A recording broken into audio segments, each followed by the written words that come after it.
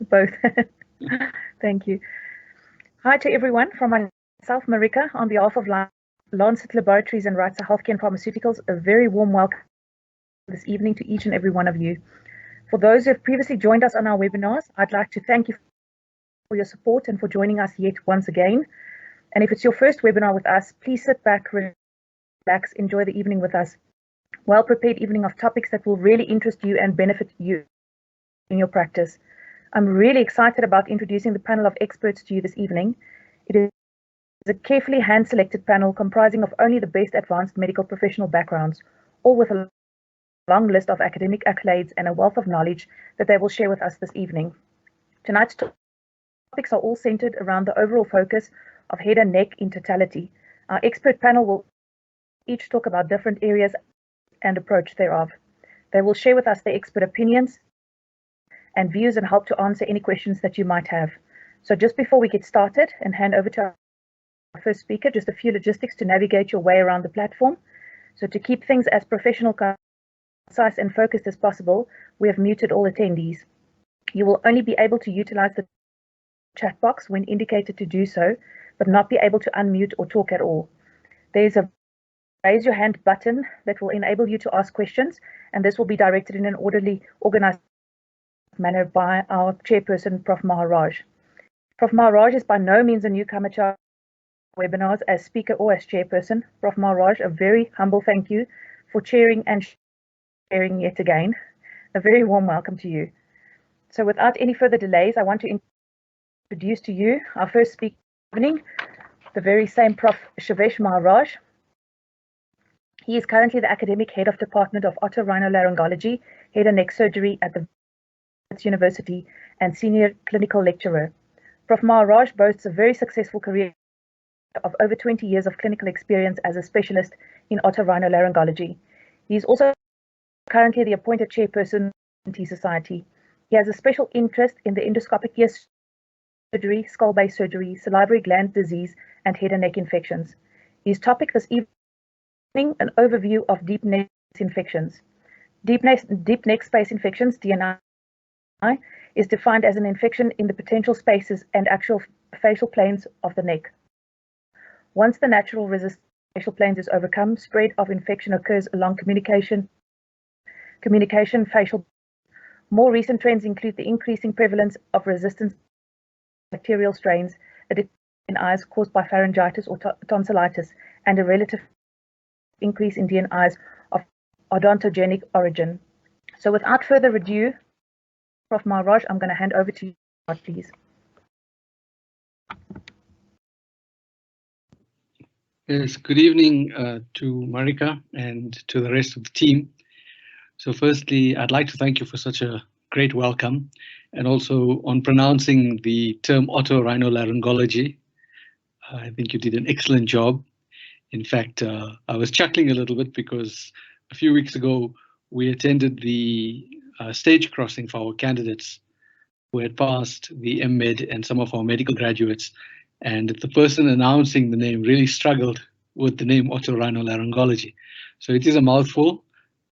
I think if you can say it, it says a lot about your medical knowledge. So well done on that one. So I'd like to thank all our attendees today. I think it's a very beautiful spring evening. If my memory takes me back, we did the first one of these series of webinars in autumn, or as the Americans say, the fall, and that was May or April or May. That was a very bleak time because we were expecting the third wave of the coronavirus, and there was the Delta variant, and now we seem to have come over this. The vaccination numbers are increasing. The festive season is fast approaching. The elections are fast approaching. So our ENT Congress is also approaching. So to those of you that have not yet registered, I'd like to urge you to register and join our Congress. Once again, it's going to be virtual, although we do have some hybrid events. So let me start the presentation because I think I've said quite a bit in terms of an introduction. So what I'm going to speak about today is an overview of deep neck space infections. And this is a topic that I feel is very important. And it's something that I would like to expand upon, as the deep neck space, and especially a deep neck space infection, is a potentially life-threatening condition. And usually it presents with fever, neck pain, and swelling, but there's a difference between adults and pediatrics. And we've done a lot of research at our institution, at our unit, in collaboration with other departments within our clinical unit, to expand on the neck infection and look at various aspects such as the microbiology, the presentations, the differences between HIV patients, non-HIV patients, changing trends in head and neck infections.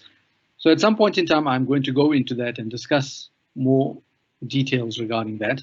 But for now, I think the next thing I'd like to do is I'd like to just run through what this presentation is all about. So we're going to talk a little bit about applied anatomy. As you know, anatomy and surgeons go hand in hand. We love anatomy.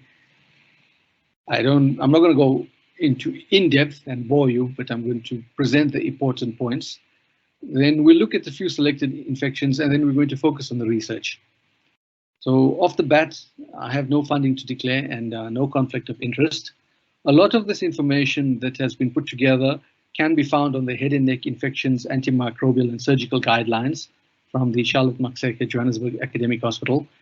And I'd like to thank my co-authors on the guidelines, and that includes Drs. Vandana Chibabai, Megendran Mudley, Dr. Sheetal Mangal, and Professor Guy Richards. For those of you that are interested in following up on this, we are going to publish these guidelines, and we're also going to put it on this application known as EM Guidance. So I urge you to have a look at it, and if you need to refresh your memory or look up any of the topics that I've discussed today, it will be there. It's a free application, and it's quite user-friendly, and there's many other important topics that you can review on that. So the cervical fascia. We divide that into two types. The fascia envelopes the important contents of the head and neck. It's almost as though there's a glove, and we can divide it into a superficial and deep fascia. The superficial fascia is quite easy. It encircles everything above the head and neck. It's attached to the clavicle and goes all the way to the zygomatic arch. The muscles are the platysmal muscle as well as the external jugular vein. The deep cervical fascia, that's where it becomes a bit more complicated. Now, in ENT, everything is divided in three. I'm sure I've mentioned this to you before. If you look at the ear, there are three ossicles in the middle ear. There are three parts to the larynx. So it's suitable that this cervical fascia is divided into superficial, middle, and deep layer. So the superficial layer, also known as the enveloping or investing layer, begins all the way from ligamentum nuchae and completely encloses the neck. It includes the trapezius and the sternocleidomastoid muscle. It also involves the submandibular gland as well as the masticator muscle. There is a superficial space found above the sternum, which is known as the space of Byrne. The middle layer entraps the strap muscles, which are the muscles that surround the larynx and the anterior part of the neck. It also encases the esophagus, trachea, thyroid gland.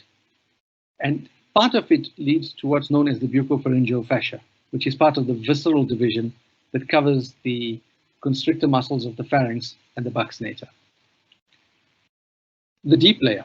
This is the one that covers the vertebral body and the paraspinous layers. And this is divided into two, an alar division, which runs all the way from the base of skull to the level of T2, and the pre-vertebral division, which runs from the base of the skull to the diaphragm.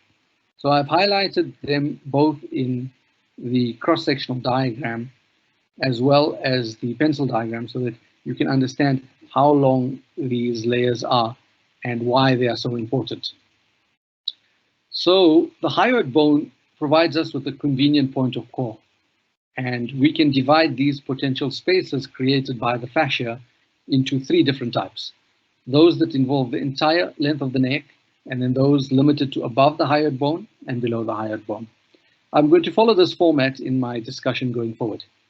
So those involving the entire length of the neck can be divided once again into three, maybe even four, which are known as the retropharyngeal space, then the vertebral spaces, which are both pre- and paravertebral, as well as the carotid sheath space. Now, as you may know, it's called the carotid sheath space because the carotid and the jugular and the important nerves run within this sheath. So this is a very important sheath, and any infection there is very, very dangerous. The retropharyngeal space, as I mentioned, lies between the middle layer and the deep layer. And in children, we are more likely to get infections within this area because there are many retropharyngeal nodes. As one develops and grows older, these retropharyngeal nodes start to regress. As mentioned previously, the carotid sheath, it's made up of all the layers. And as I mentioned, it's a very important conduit from the neck into the chest. An infection infection in this area can go all the way into the chest and lead to mediastinitis and empyema. For that matter, it's known as the Lincoln Highway, which is obviously a very famous highway, and it allows very rapid transport and transportation. So let's look at the spaces above the hyoid bone, which are namely 5 and not 3 in this case. These are the parapharyngeal, submandibular, masticator, temporal, and parotid. The parapharyngeal is probably the most complicated one, and I often tell the registrars that this space is a triangle, and it's associated adjacent to the pharynx. The boundaries are the skull base. Inferiorly, it points in the form of a pyramid towards the hyoid bone. Laterally are the pterygoid muscles, medially the fascia, anteriorly the submandibular space. Now, this pharyngeal space can be broken up into a deep and a superficial part as well. But for all intents and purposes, this space is one of the hyoid spaces, and infections from the tonsils and from other areas can follow this route and go into the neck as well. The next space to look at is the submandibular space. Once again, the important muscle here is the mylohyoid muscle, and this acts as a sling, as you can see, dividing it into 2 parts. A sublingual space, which obviously is below the tongue and above the mylohyoid, and a submaxillary space, which is below the mylohyoid. These two spaces can communicate via the mylohyoid cleft. An important infection in this area is obviously the submandibular space infection, and more importantly, the floor of mouth infection, which we all know as a Ludwig cellulitis or Ludwig's angina, which is very, very dangerous and potentially life-threatening due to the potential airway compromise. The masticator space, as the name suggests, is between the masticator and the superficial layer of deep cervical fascia. It contains the masticator muscle, and it's located anterior and lateral to the parapharyngeal space. As you can see, the parapharyngeal space is the triangle, as pointed out in the arrow, which I can show you over there, parapharyngeal space. As you can see, these spaces are very close to the airway and also very close to the base of skull. The parotid space, as the name suggests, lies between the parotid gland and the superficial layer of deep cervical fascia. Once again, this acts as a conduit. Infections can spread easily to the parapharyngeal space, and that's mainly due to the incomplete circle of the fascia at the upper inner surface of the parotid gland. That's what we can see over there.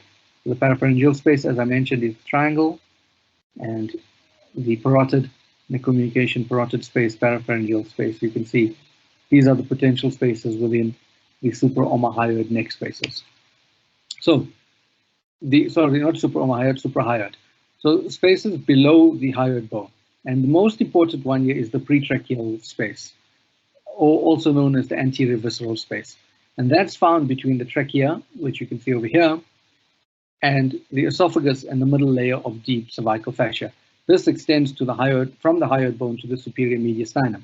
And once again, infection in this region can lead to a mediastinitis. So what's the etiology of deep neck space infection? So I've put them all together because I think most of you are familiar with these terms. And we're going to focus on a few of these infections in the next couple of slides. As mentioned, the parapharyngeal space is one of the most important spaces. And there you can see the very humble tonsil.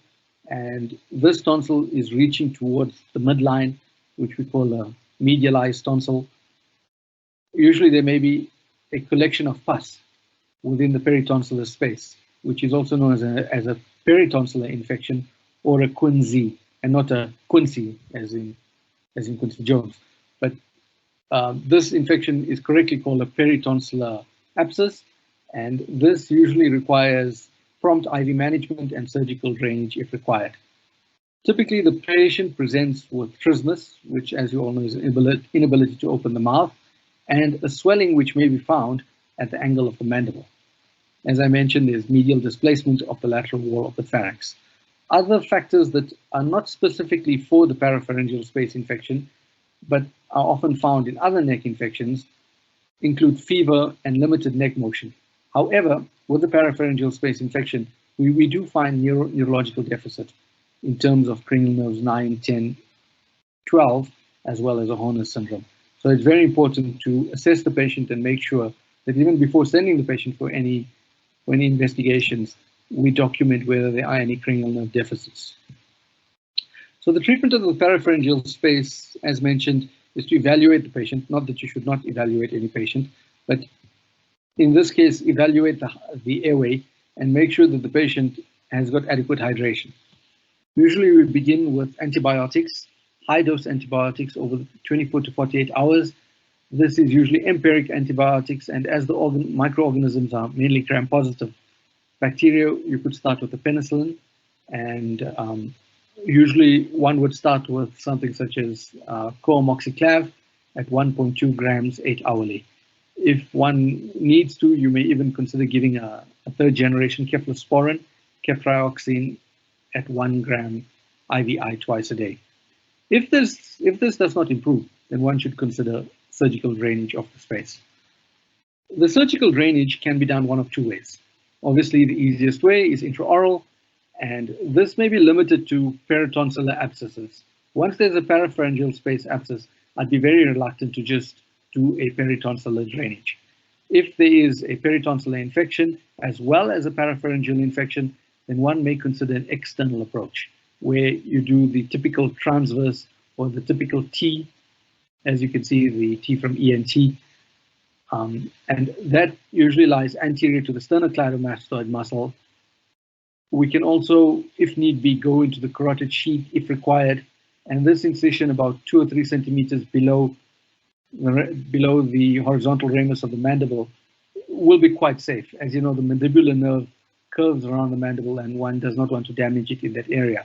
Also, one does not want to go too low because then it will be difficult to access the areas. So this is a very good incision, as you can see over there. After you move the sternocleidomastoid muscle, the key to the neck opens up quite nicely in that once one opens up the digastrics, you're able to identify all the areas and drain the space. The next infection I'd like to talk about is the submandibular space infection. And this typically, as one would imagine, results from odontogenic infections. The most common cause is dental caries. And one of the studies that we're currently looking at in our unit at this point in time is, has there been an increase in submandibular space infections with the COVID pandemic? Because we seem to be finding more of this. Now, whether it's a causal relationship, whether it's lifestyle related, we're not 100% sure. Maybe it's because people are sitting at home and eating lots of unhealthy things and snacking on junk food, lots of sweets and chocolates. That may be a reason as well. So this is a study that we want to look at. We're in the process of getting ethics approval. And hopefully in future, I'll be able to give you, or one of our colleagues will be able to give you more feedback. As mentioned, the anterior teeth and the first molars result in infection in the sublingual space. And as one moves posteriorly, it results in infection below the mylohyoid and into the submaxillary space. So it depends a lot on which teeth one has. So having teeth is a problem, having teeth infected is a problem, and having a submandibular space infection is probably a bigger problem. So what are the organisms? The studies that we've conducted in our unit have suggested that most of them are hemolytic streptococci and staphylococcus. However, most of the time they're polymicrobial, and there is a synergistic role played by the anaerobes. One must often look at the patient, and if the patient is immunocompromised, you may even consider gram-negative organisms. The features, usually it starts off as a unilateral infection. The patient will say it started on one side with the swelling below the chin or below the jaw, and then it progresses. When you look inside the mouth, you will see severe cellulitis, as you can see in this picture over here. There may be induration within the submandibular region, which one can see in this picture, and the tongue is thrusted, or it shouldn't be thrusted, it should be thrusted posteriorly, and this can cause an airway compromise.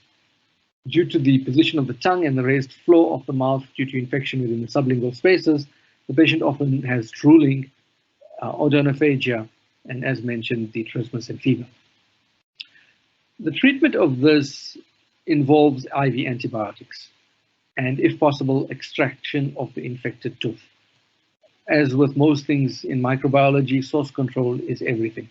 So if the tooth is the cause of the infection, it would be wise to remove it. This is usually limited for patients who've got unilateral mild swelling and edema.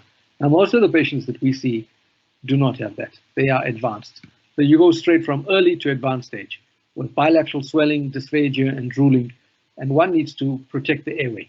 If required, surgical drainage is required. The next infection that I'd like to look at is the retropharyngeal space infection, because this is a particularly important infection. And the clinical features in children may be as simple as irritability. The other symptoms may be present, but they are usually later. So if you find a child with high fever, is irritable, look inside the mouth, look inside the pharynx. If needed, get a lateral neck x-ray, which we're going to look at now. In terms of adults, they present with a fever, sore throat, odonophagia. They may even present with dyspnea. By the time the child or the adult is presenting with an airway compromise, this patient is in very serious trouble. So as mentioned, the abscess is a collection that's lateral to the midline. And usually it's from the nodes, the retropharyngeal nodes. The pre-vertebral space abscess often forms in the midline, and that usually is due to infection within the vertebra, an osteomyelitis or a TB from the vertebra. This infection can easily go into the chest, and that's why the patient will present with chest pain, the typical picket fence temperatures, difficulties in breathing, tachycardia and fever. This is a very toxic patient. So a simple x-ray, as you can see there, it gleams a lot of information. Send the child or the adult for it. And what one looks at is you look at the C2 vertebra, C2 through to C7. And you can see over there, that's the C2 and all the way down to C7. So you need an adequate x-ray, as we were all taught in medical school, and we continue to teach our students and registrars that all 7 cervical vertebrae must be seen on a lateral neck x-ray and include a possible few thoracic vertebrae. So in a child, if it's more than 7 millimeters at C2, then you know you're dealing with the retropharyngeal space infection. In an adult, one would look at C7, and if it's more than 14 in a child, 14 millimeters, and you can measure this, and 22 millimeters in an adult, I would suspect a retropharyngeal space infection. So if you just look at the C2, it should be less than 7 millimeters in both adults and children, and you can clearly see it's very widened over here. A chest X-ray is also required for the detection of mediastinitis. However, these are very good screening tests. But in our unit and most units throughout the world, further radiological imaging is required in terms of CT scanning and MRI. So management of this is surgical drainage. One can approach this either via an intraoral route, where the lesion is confined. It shouldn't be in the larynx, but in the retropharyngeal space, especially within the child, and an external drainage where it goes beyond the pharyngeal level, which results in airway compromise and may involve other deep regions of the neck. So we've got a little video here to show you the place. There we go. So you can see the tongue there, and this is the patient has been intubated via the nasal route. The tonsils are quite prominent, and you can see the uvula in the midline. As you can see, there's a bulge there. This is an endoscopic, it's a combined open and endoscopic view. You're sticking the needle to make sure you're in the right space, you're not in any other spaces. And then we take an incision, we take a blade and make a small incision. We then have the suction on standby and open up the space using a standard forceps. And once one opens up the pharyngeal wall, you would see that the abscess shows itself, and it's quite easy to identify the abscess. We often take a swab or aspirate some of the pus, which we can then send off for MCNS and further testing if required. So you can see the pus is draining from the retropharyngeal space. So one may also go ahead and insert a catheter or feeding tube and wash it out. That often will assist. Now, when you just look at this, you would not think that there's so much of pus in there. And we've been surprised on many occasions by the amount of pus that can be found in the retropharyngeal space. So a child that's presenting with this amount of pus, as you can see, obviously requires surgical drainage, and it's not a very difficult procedure. Obviously, one has to bear in mind that the major vessels and the vertebra are also quite close to your area, and you have to be extremely careful to make sure that you don't injure any of the nerves or the vessels. So I think if I could just move that on a bit. This is just a lot of pus, and us ENTs get very excited when there's pus. We just put in a Ryle's tube to drain it out. I think that's enough of that. I hope I didn't disturb anybody's dinner with those pictures. Usually we try and have these meetings in the evening so that you've had dinner, just in case the presenter decides to present things that would put you off. Anyway, so we move on to the next space, which is the pre-vertebral space. And this most commonly occurs due to penetrating trauma. And this can either be due to a foreign body that's found in the region or TB from the spine. The infection is very slow as the space is very tight, but this vertebral osteomyelitis may lead to spinal instability.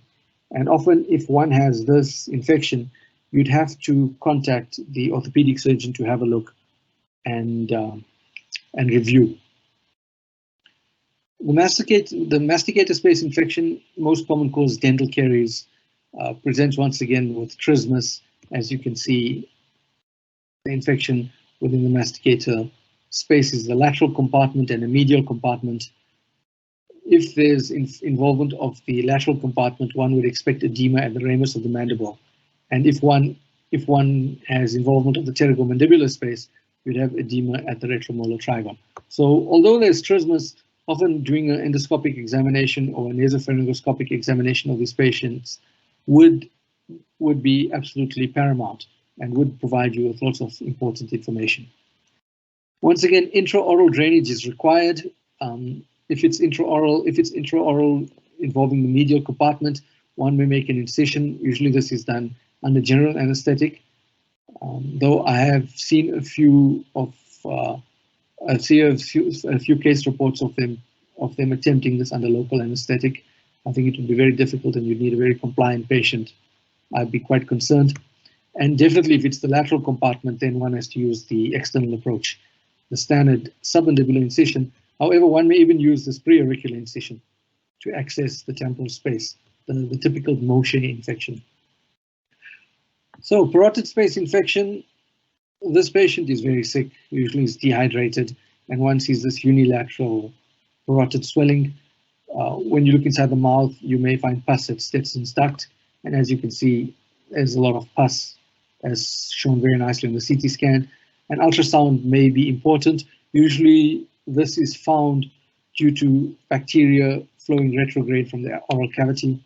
The treatment is rehydration, IV antibiotics, standard penicillin, and you may want to cover the gram-negatives as well as the anaerobes with some metronidazole. Surgical drainage would be required for any pus collection, or if there's no improvement despite medical treatment over 24 to 48 hours. So the complications of deep neck space infections are the following. I'm not going to go through every one of those because I'm sure everybody can read. However, we can break them down into vessel complications in terms of the venous thrombosis and cavernous sinus thrombosis. nerve complications, neurological deficits, as I mentioned, 9, 10, 12, and a Horner syndrome, involvement of the mandible and the spine, the osteomyelitis, the bony involvement, and then involvement of the chest, which can be a pericarditis or mediastinitis, as well as an empyema. Lastly, patients may aspirate this, and this is also very dangerous and may present with a typical aspiration pneumonia type picture. And these patients are septic. So one needs to deal with them. One needs to have high index of suspicion and manage them appropriately before you can have life-threatening complications.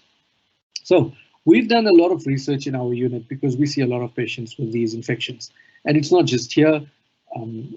2 years ago, I was viewing the masterclass, ENT masterclass from the UK, and Professor Mohammed Qureshi, who arranges the masterclass, he mentioned that they're finding an increase in deep neck space infections in the UK. And there was an entire section dedicated to deep neck infections. And why this is on the increase, there's numerous reasons. It may be due to the overuse of antibiotics, which I'm sure my colleague from UCT will speak to you about that. Or it may be due to resistant bacteria.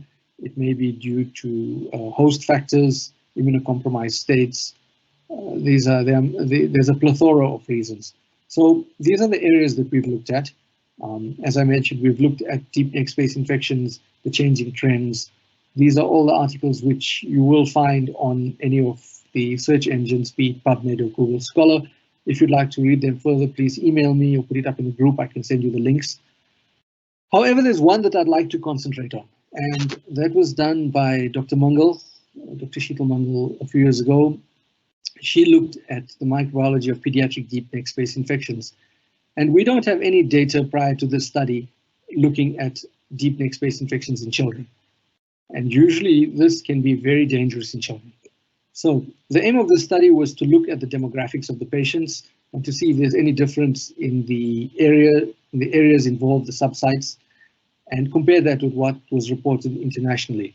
We also looked a bit at the clinical presentation, the investigations, and then as a secondary aim to look at the pathogens and see if there was any resistance within our institution. The whole aim of this study was to document what would be the correct empiric antibiotic to provide in terms of managing these patients. So patients with superficial skin infections, non-suppurative lymphadenitis, and congenital abnormalities were excluded.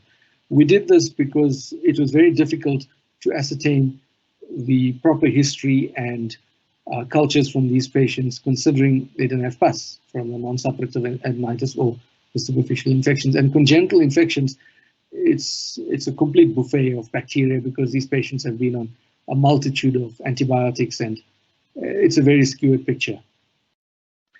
So what was done was all these patients were retrospectively investigated, and most of them had a CT scan or MRI, which is used in our unit.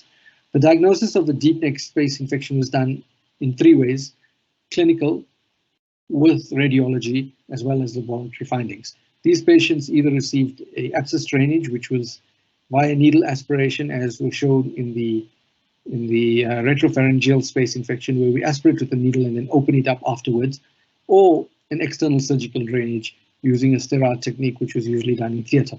These specimens were then sent off for aerobic and anaerobic cultures, as well as TB cultures.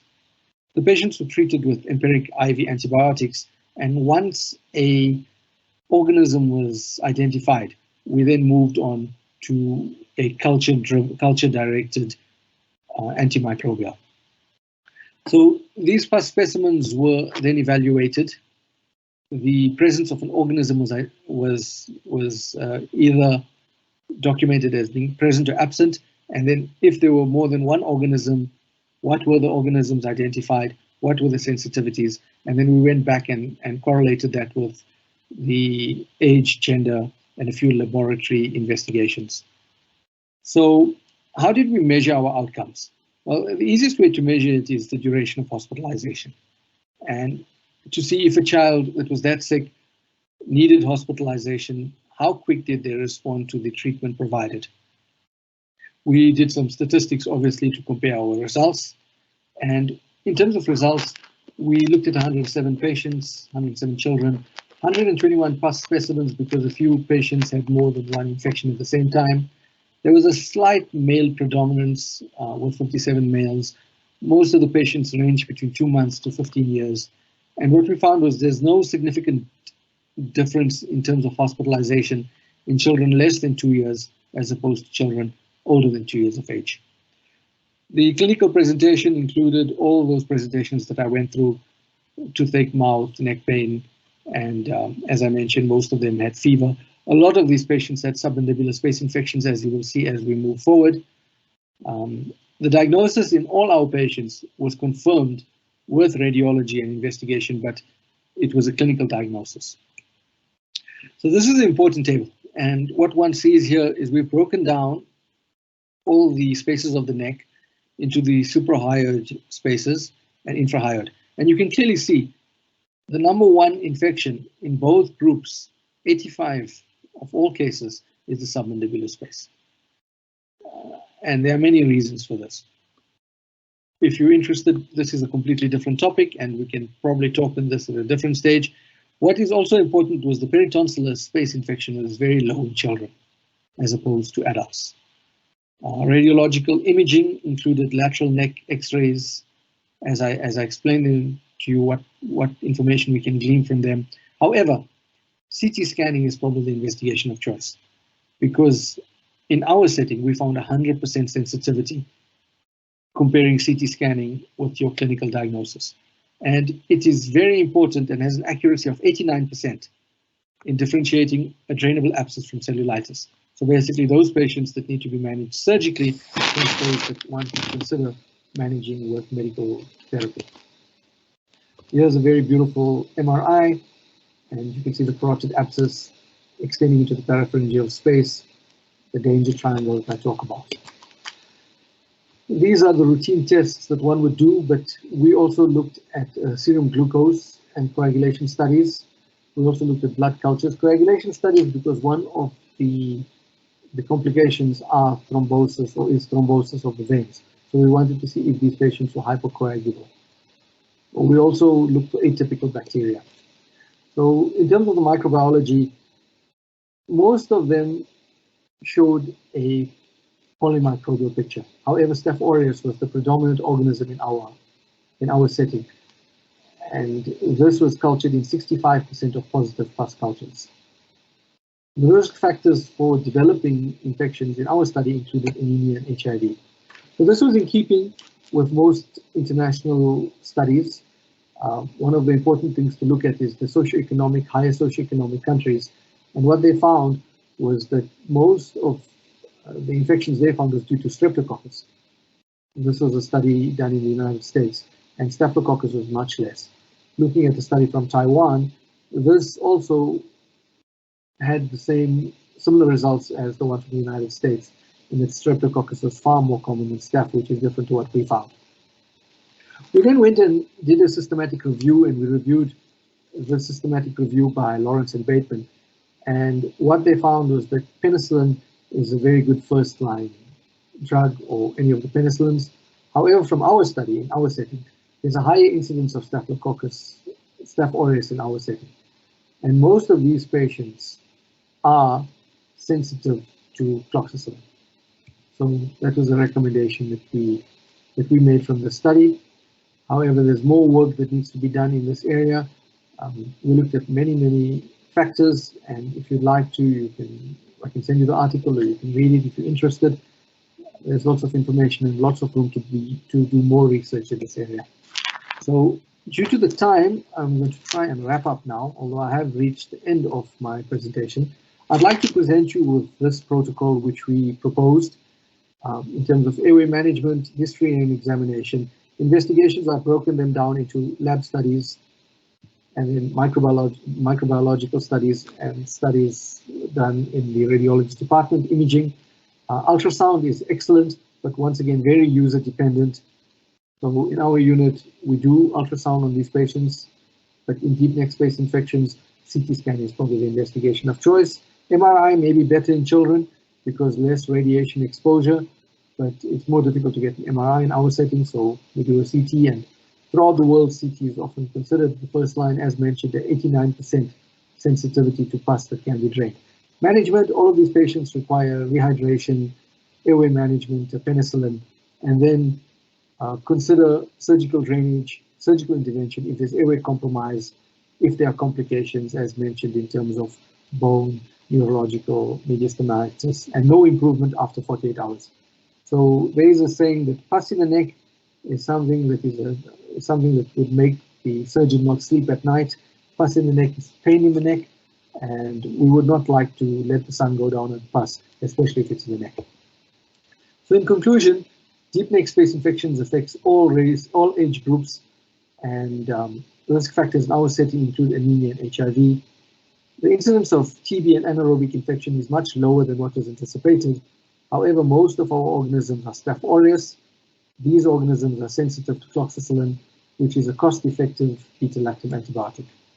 So these are my references, and thank you for listening.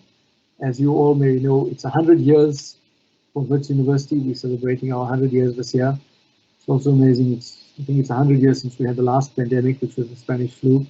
So I'm not sure if every 100 years we're going to have a pandemic and 100 years celebration. Let's hope not. But I thank you for your time, and now hand you over to Marika, who will introduce our next speaker. If you have any questions, please post them in the group, and I'll try and address them at the end. Thank you very much. Raj, thank you so much. That was indeed a fantastic presentation. I'm going to now move on to our second speaker for the evening, Prof. Ian Olbach. Obtained his Bachelor of Medicine and Surgery degree from the University of Kampala, Uganda in 1986, and his Master of Medicine in Anesthesia in 1990 from the University of Nairobi, Kenya. In 2008, he was awarded his degree of Master of Medicine in otorhinolaryngology from the University of Wits. He joined the DGMAH or SMU and worked as a specialist and senior lecturer in the Department of Otorhinolaryngology. 2 years was acting as the head of the department. As part of his further education, Prof. Olbach obtained a PhD in biology from the University of Pretoria in 2014. His thesis was titled "The Effect of Pectinex Ultra SP-L on Bacterial Biofilms and Human Cell Cultures in Vitro." His doctoral studies were inspired by an interest in the pharmacological management with persistent bacterial infections that are commonly encountered in otorhinolaryngology. In 2019, he was elected as an associate of the College of Otorhinolaryngology, South Africa, of this contribution to the discipline. Most recently, in 2020, he was an associate professor in pharmacology at the University of Limpopo. Prof. Olbach, with that mouthful of accolades and achievements, I want to welcome you this evening. The floor is yours.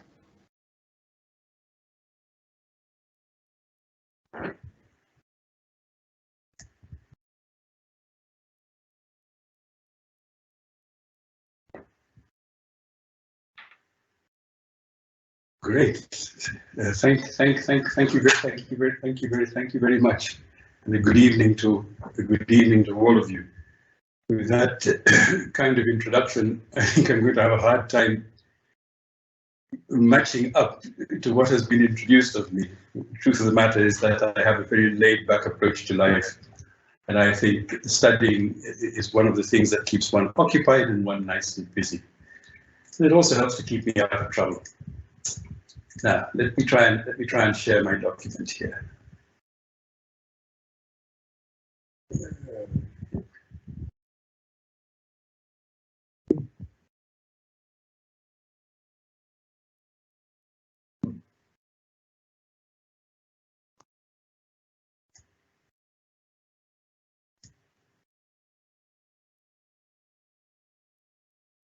Is it possible that I could share this directly from my end here?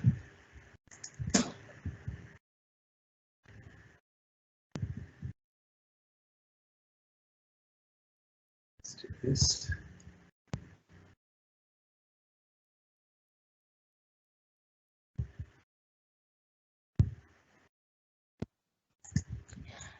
Hi, Prof. You can try clicking on your right side. There's an up arrow. And okay, I think I'm seeing it come up. It's not yet clear.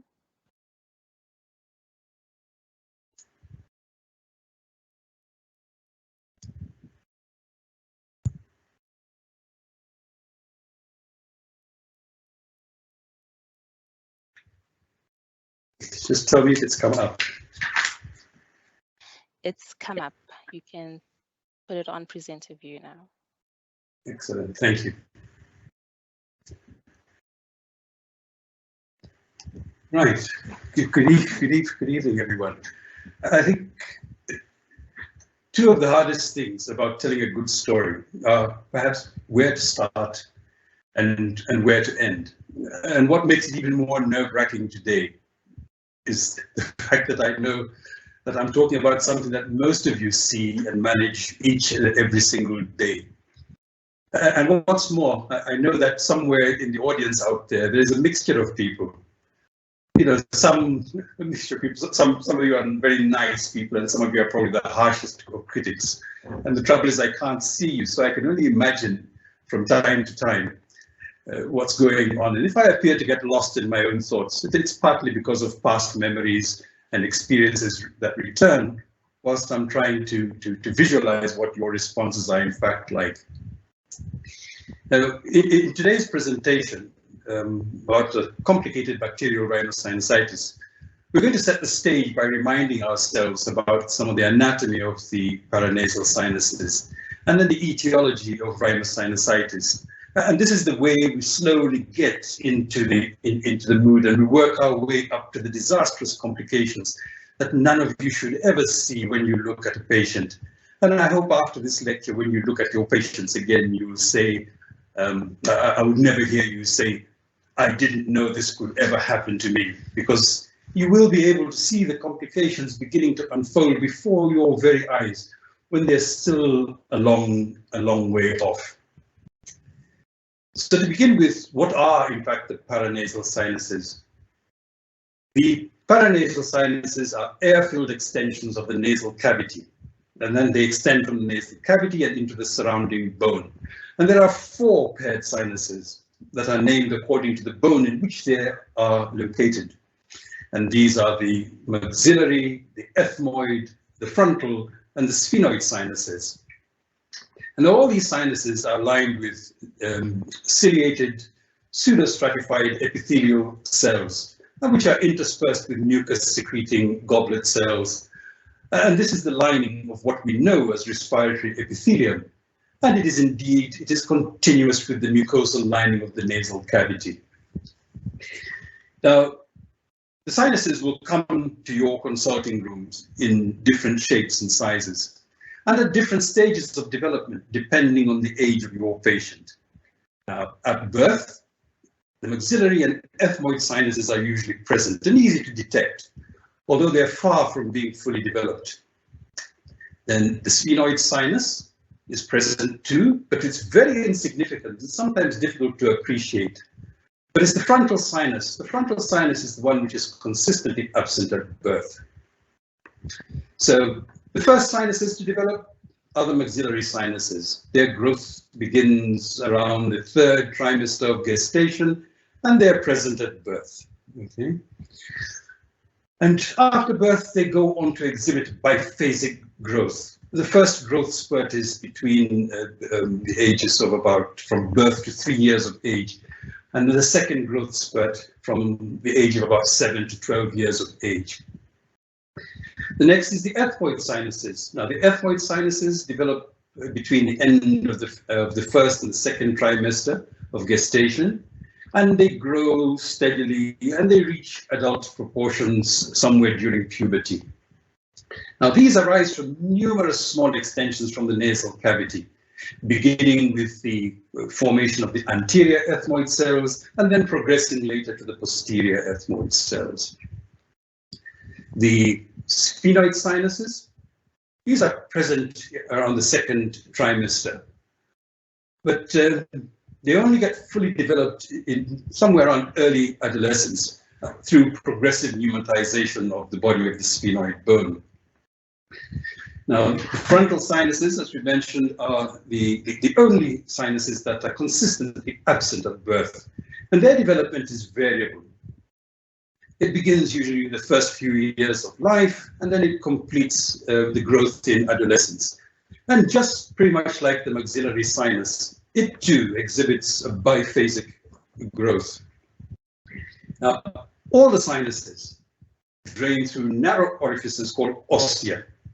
And just like the rest of the respiratory tract, ciliated epithelial cells beat in a uniform, coordinated manner to sweep the epithelial debris from the sinus through towards the ostia and into the nasal cavity. Now, for the sinuses to remain healthy, these ostia must be patent at all times so that no secretions or secretions do not, in fact, accumulate at all. And they remain well aerated at all times. And you don't have to stretch your imagination very far to appreciate that to have healthy sinuses, you really need a healthy nose. So to get a good view of the nasal cavity and appreciate the anatomy of the septum, the lateral wall, and the turbinates, the floor, and the roof, okay, I mean, that too will help us with an appreciation when we use an endoscope to look inside the nose. Now, there are a variety of flexible and rigid endoscopes to choose from. For example, here illustrated in the picture, in fact, where was, second, no. Not illustrated in the picture here. Here illustrated in the picture, you'll see the what do you call it? What you would get from a 0-degree scope visualization of the 0-degree scope visualization of the nasal cavity. Now, the rigid scopes are available to help look around, and you get angulated scopes that will help you look around corners. So you get from about 0 to 120-degree scopes.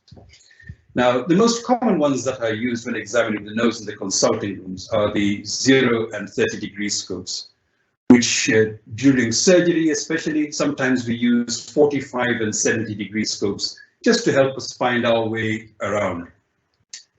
And if you're going to arm yourself in your consulting rooms with just only one, then a 0-degree scope is really all that you would need. So sometimes you'll find that in different countries, you'll find that, for example, I think in Canada, endoscopy of the nasal cavity is something which falls within the domain of the general practitioner, and it helps to inform you of what you are about to refer to your specialist, and it also helps you to be more informed about what you're visualizing when you examine your patients. So if you're going to again arm yourself with just one endoscope for your rooms, then a 0-degree scope is really all that you will need. Now, it's always a good idea to examine the nose before and then again after applying a topical decongestant and some local anesthetic, also to be kind to your patient. And I find, for example, that in the rooms, it's most often the fully grown men who make horrible sorts of noises during nasal endoscopy.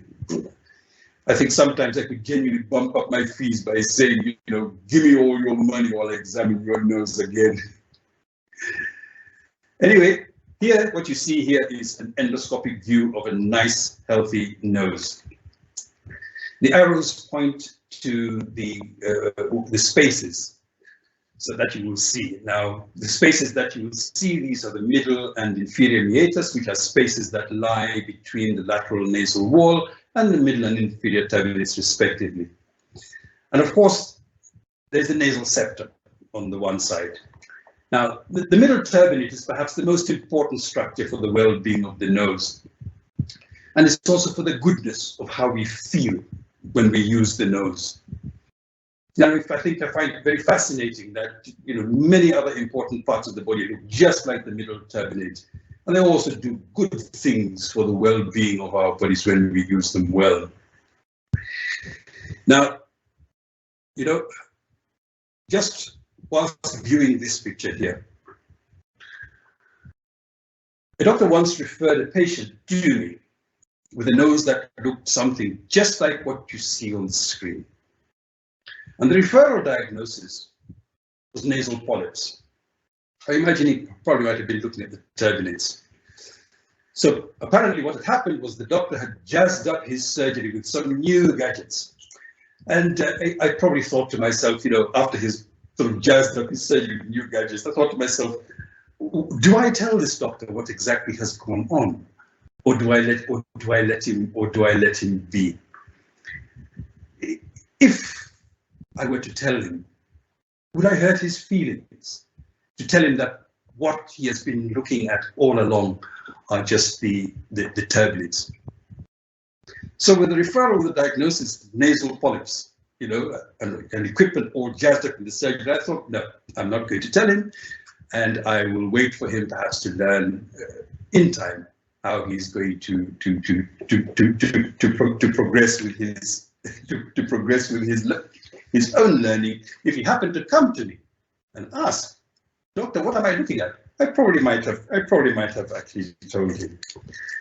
But don't be quick to judge me on this one. Anyway, sort of back to some serious stuff.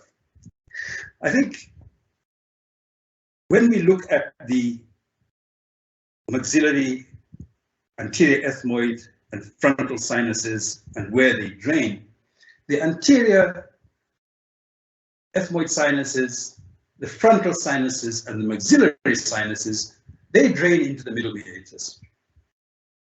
What drains into the inferior meatus? It's not the sinuses, it's your nasolacrimal duct. That's where the tears come from. But what we don't see on this picture here, on this image here, is where the sphenoid sinus and posterior ethmoids drain from. They drain through the sphenoid ostium, which is not visualized in this in this part here. So when we're defining rhinosinusitis, what is rhinosinusitis? It's a global disease. It's found all over the world, and it's probably one of the most common conditions that you'll find yourself treating in general practice. Now, the term rhinosinusitis is used in preference to the term sinusitis, primarily because it's not just the nose that is the sinus that is involved, but almost invariably the nose is involved as well. So in your older text, you will find the term sinusitis being used, but in your newer text, I think one would refer to the term rhinosinusitis preferentially. Now, in South Africa here, the general practitioners are perhaps the first point of contact for nearly all patients who come through. And patients will present at all ages and at all different manners and stages of disease. And it's very important, you know, to recognize that patients can come with a nice little snotty nose, that they may come in a scenario where they're in the active process of dying. And in between those two extremities, they will arrive in front of you. And in a general practice, what is most important is that you're able to make a diagnosis with what you have, and you're able to make a reasonable and accurate diagnosis. You're able to start and initiate your patient on treatment, and appropriate treatment at that. Appropriate treatment depending on what in fact you've garnished from the patient's history, as we will see. And you will also, whilst you're treating your patients, you will need to recognize the time or when there is a need to change the treatment. Because you might start the patient on one form of treatment or another, and then it has to progress to something else, where you realize that your patient might in fact be improving. So the catch that many general practitioners find themselves in is because you're closer to the family, you tend to see some of the diseases nice and early, where it's perhaps a little harder to make the diagnosis or to confidently make a choice of what's going on. And then as the patients come to see you on a more regular basis, the disease process may slowly start to unfold in front of you in such a gradual process that it may take quite some time for you to suddenly wake up to the fact that something nasty is unfolding in front of you. The story is a little bit different by the time there's specialist referral, because things have gone to a certain extent that demand the presence of the specialist. So, as a general practitioner, you will find yourself in a scenario where see patients of all different ages, different stages of the disease. You've got to make your diagnosis, you've got to monitor the progress, you've got to know when the treatment needs to be changed. And then at the end of it all, you've also got to know when to let go or when to ask for help. One of the two. This is how referrals will take place.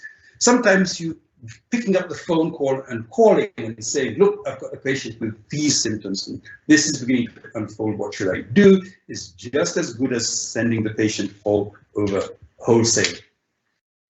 Now, there are two broad categories of sinusitis based on the pathophysiology, and the first is an allergic process. The second is a non-allergic process.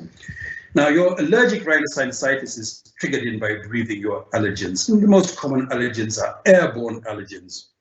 You know, your household dust, your what do you call these things that you get from bed bugs, your dust mites, pollen, animal dander, and all manner of particulate matter that's up in the air. And it's not uncommon, for example, for persons who are treating patients who come from affluent families to be stuck in a situation where you've zeroed it down to the fact that the primary cause of the allergic type of rhinosinusitis comes from the family pet. And when you ask the family to get rid of the pet, you will be told, oh, no, my child or my daughter here she loves little Fifi. So you're stuck in a situation where you've got a known allergen that the persons or parents or family are not really willing to get rid of. And sometimes you find the allergic processes being put to clandestine use. I know a scenario where there was one fine lady who used to bring her husband to hospital for admission on Fridays. And every Friday, he just seemed to be down with the severe rhinosinusitis, with the inflammatory process extending all the way down the trachea to the lungs, gasping for air, in high care, sometimes bordering on an intensive care unit. But what in fact had happened was that I think the lady had discovered that her husband was allergic to one or other of her hairsprays. So on a Friday when she wanted to do other things, she would spray the hair, and, you know, snuggle up nice and close to him, hello honey, and in the next few minutes he's gasping for air and to get admitted to hospital on Friday to be discharged on a Monday. So, which came first, the chicken or the egg? This is a question that should always pop into one's mind when one is dealing with rhinosinusitis.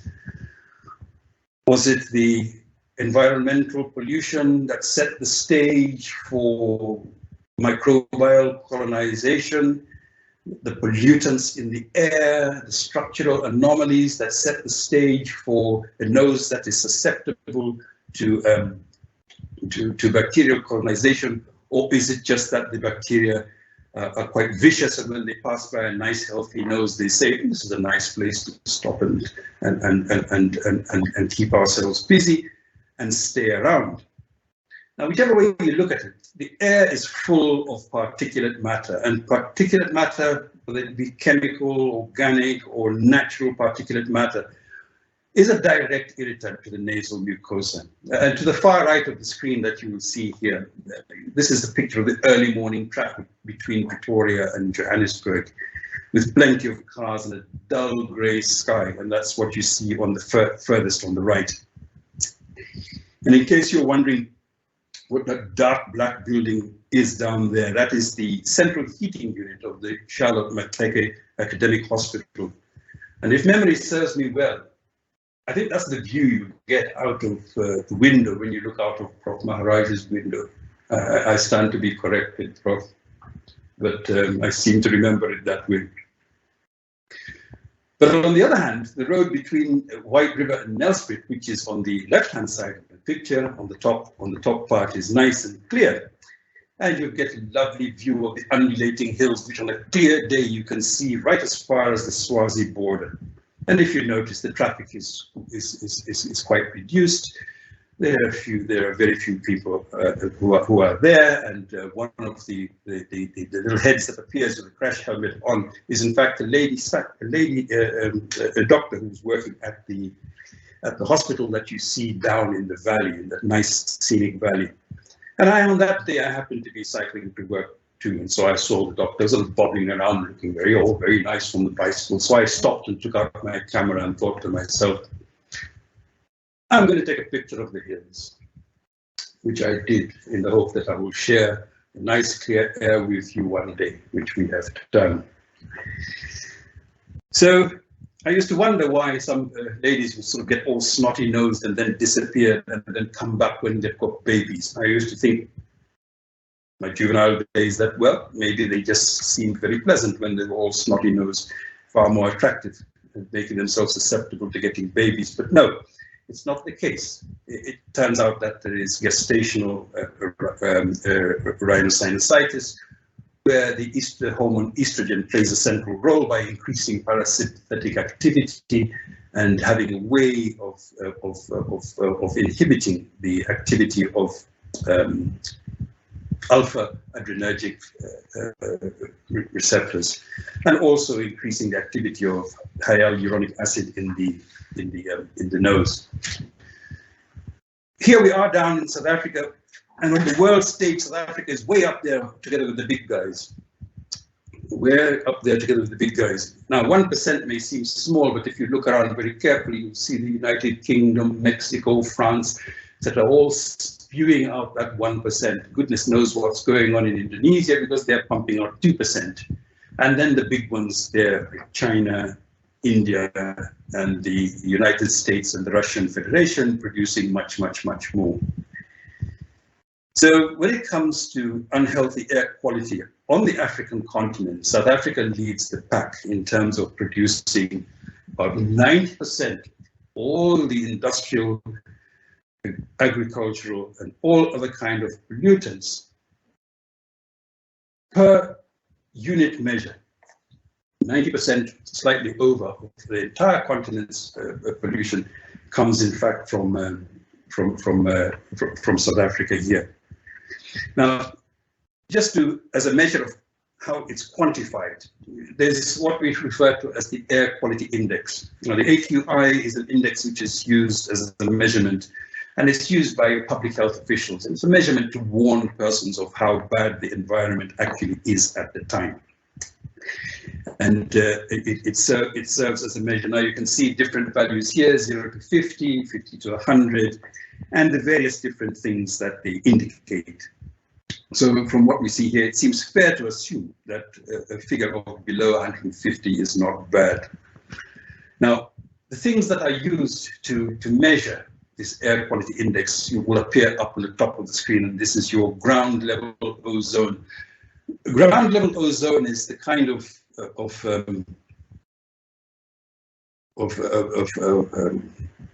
do you call it, your O3 oxygen that is created when you get things like motor vehicle fumes combining with other chemicals in the air in a relatively stagnant environment. So they're not a rather stagnant air movement environment, so they don't move around very easily.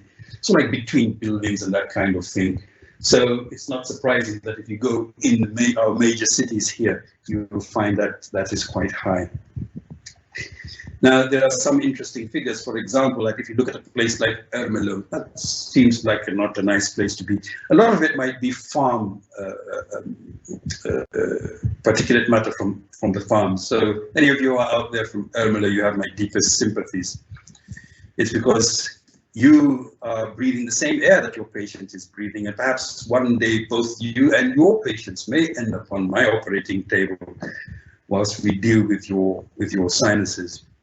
And if you compare city for city, South African city way up on the list is Johannesburg at number 20 of the world's most polluted cities. And Beijing incidentally comes in at 21. And then there's Centurion, where you wonder what's going on in Centurion. Now, I know I've driven through Centurion, there really isn't that much going on. So you wonder if other things are happening in Centurion and happening, in fact, at night instead. But on behalf of the people of White River, I think when you want some nice, good, fresh air for holiday, not for work, then White River is probably a good place to be. Now, after you've blamed everyone and everything and the environment outside there about what's going on inside the patient's nose, sometimes the patients themselves, just like with the story of the dog, are their own worst enemy. And here's a scenario where I had a patient who had come in to see me. She told me a long story about her nose, so did her GP tell me a long story about her nose. And one quick glance inside her nose revealed some brown stuff.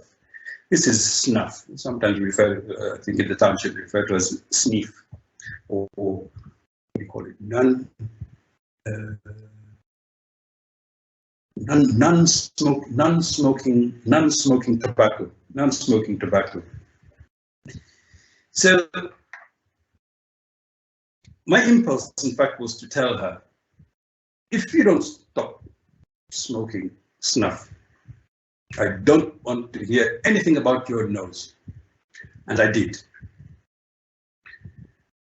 And then my next impulse was to say to the doctor who referred, if you don't look inside your patient's nose, I don't want to know anything about your patients. But I thought that would be a bad idea. It would be counterproductive. I sometimes like doctors who don't look inside their nose, but for my benefit, not for the patient's benefit. For the patient's benefit, please look inside the patient's nose. But for my benefit, it sometimes works in my favor when you don't look inside the nose. So we get patients like this who come through.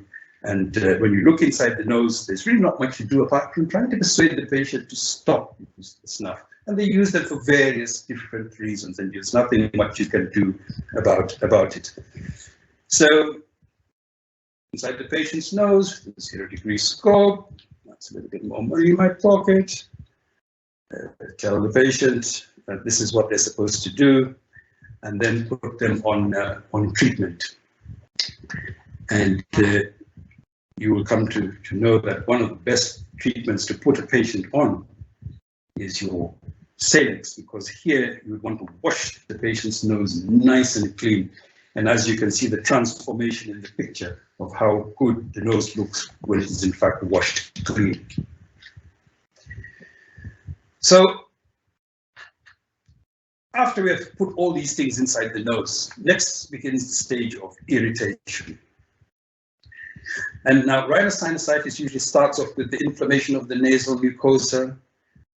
Then there's reduced mucociliary clearance. Then there's edema, which obstructs the ostia. And then the secretions stagnate inside the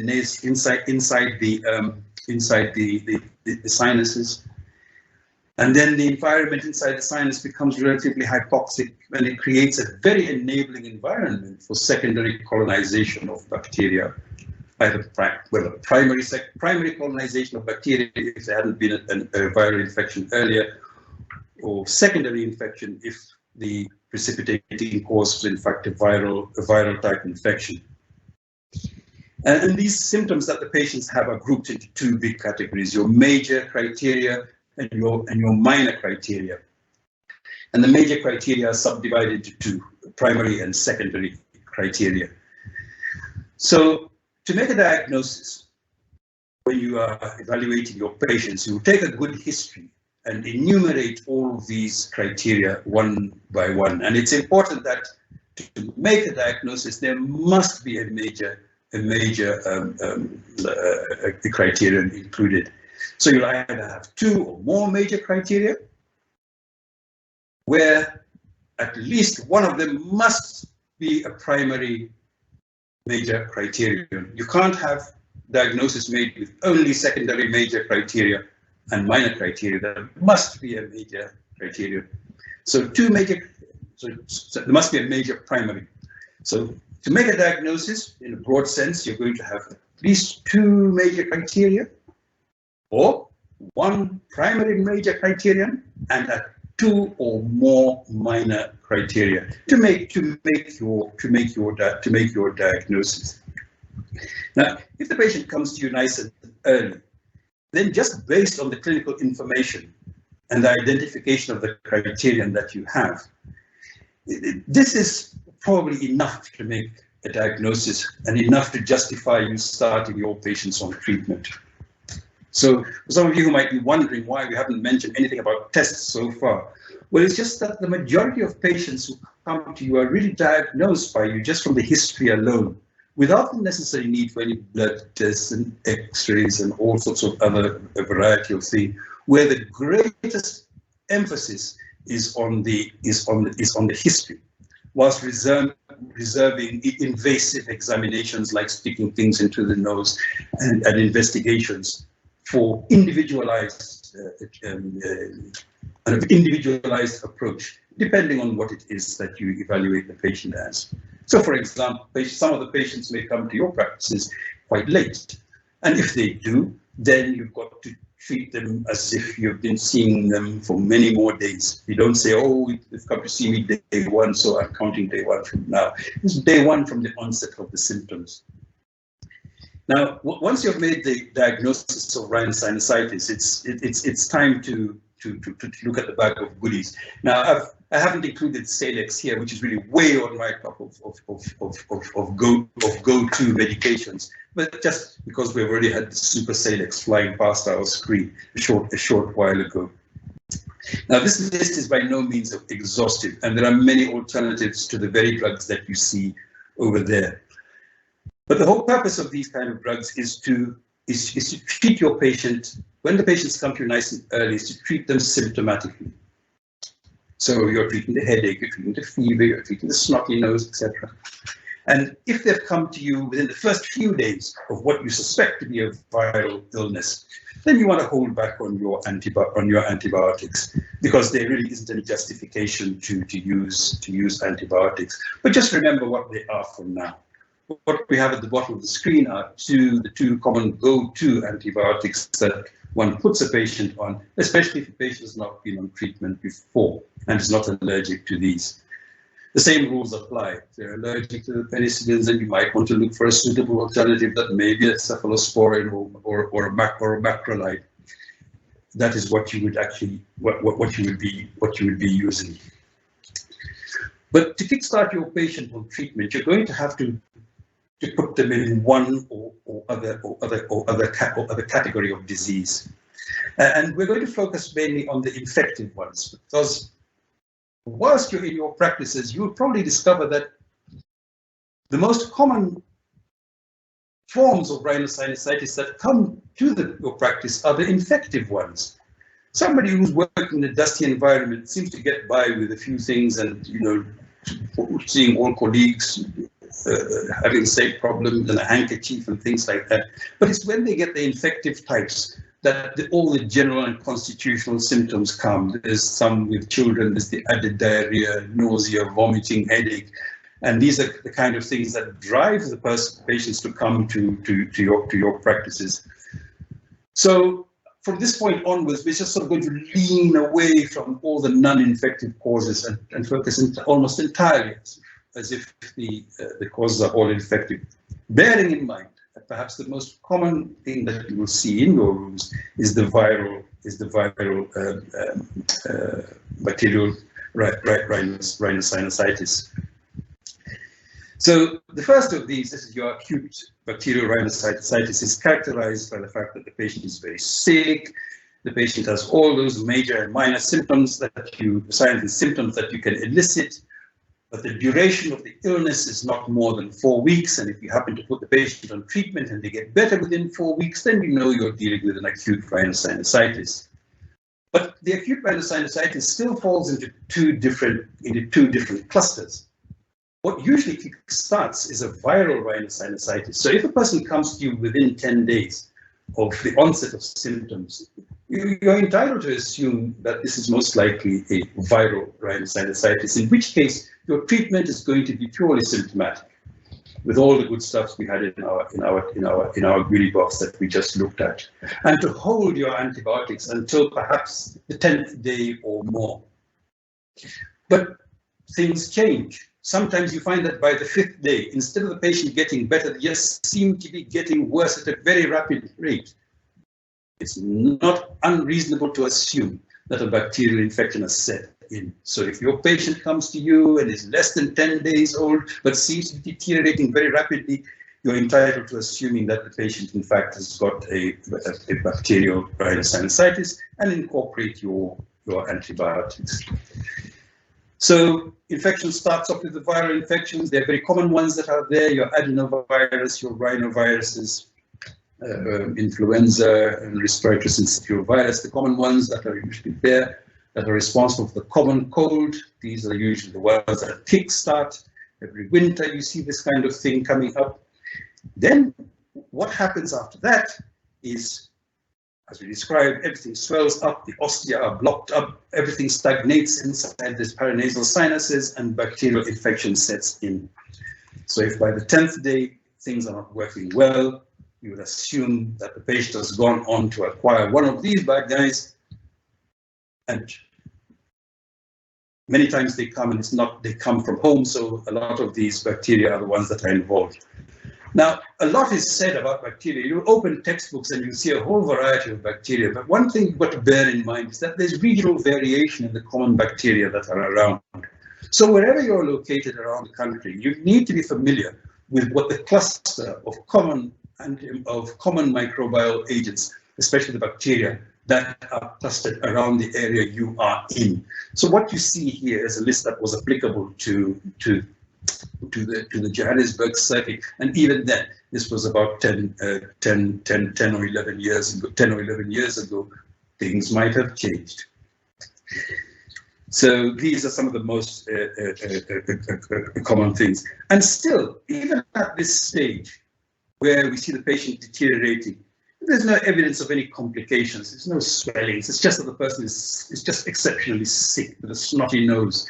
That's still no justification enough to go rushing to do any invasive tests. Because what are you going to expose? All you're going to expose when you do X-rays is simply confirmation of what you can already confirm clinically. So you're not going to rush in and do any X-rays or CT scans. Sometimes, if you're brave enough, you might want to take a little swab from inside the nose. But even then, if it's nice and early, you may be able to judge on the patient's response to your treatment if you happen to incorporate any antibiotics within. Then there are some patients who, after you've treated them once, they get sick again. You treat them again, they get sick again. You treat them again, they get sick again. Now, when that starts to happen, it's more than just the person's immunity that is at stake. There may be other things going on. So you've got to go and look at this person a little closer. And this is now where some of your investigations come up to answer the question of why is this patient repeatedly infected more than perhaps others around, in season, out of season? Is it something happening at their place of work? Is it something that you've overlooked? Has the person's nose been colonized by something, fungi or some antibiotic resistant microorganisms? Is this a person like my lady out there who is using smokeless tobacco and other environmental pollutants? Are you looking at a diabetic? Are you looking at a person with HIV whose immune status has gone down? And at this stage, you're sitting right on the edge of wondering whether you're going to refer your patient to see a specialist or not. And you might need to get some support from a physician or perhaps from a pediatrician according to the need. And these are patients, you will retreat them, they get better. You treat them, they get better, but they come back again. And that's what's happening. So you might want to look inside their nostrils a little bit further and see what is going on deep inside. Then the rest, the subacute rhinosinusitis, chronic rhinosinusitis, and acute and chronic, I sort of clustered them together because they are almost like a nasty extension of your recurrent rhinosinusitis. And this is now where you want to pull out your toolkit of investigations to try and find out why do these patients not get better in the allotted time of 4 weeks that we had given them. And you would want to take some swabs from them, do some microscopy on them for the infections that persist for a long time. Has the person now got entrenched bacterial biofilms that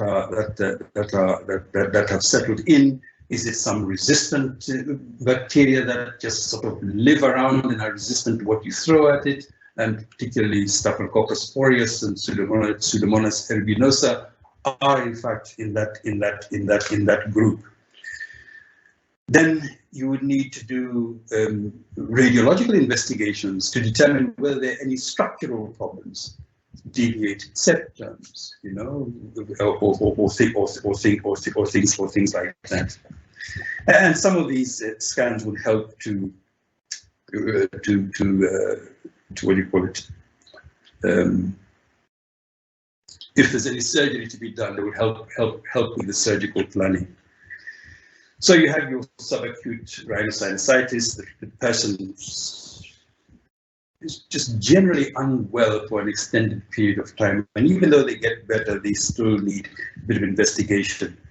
So this is where you get out your nasal endoscope and have a look inside and see. And sometimes you see that kind of muck and gunk coming out of, in this case, we're looking through into the left nostril, and then this is what you see oozing out from the middle meatus on the left side, some purulent material, which you want to take and send for cultural sensitivity.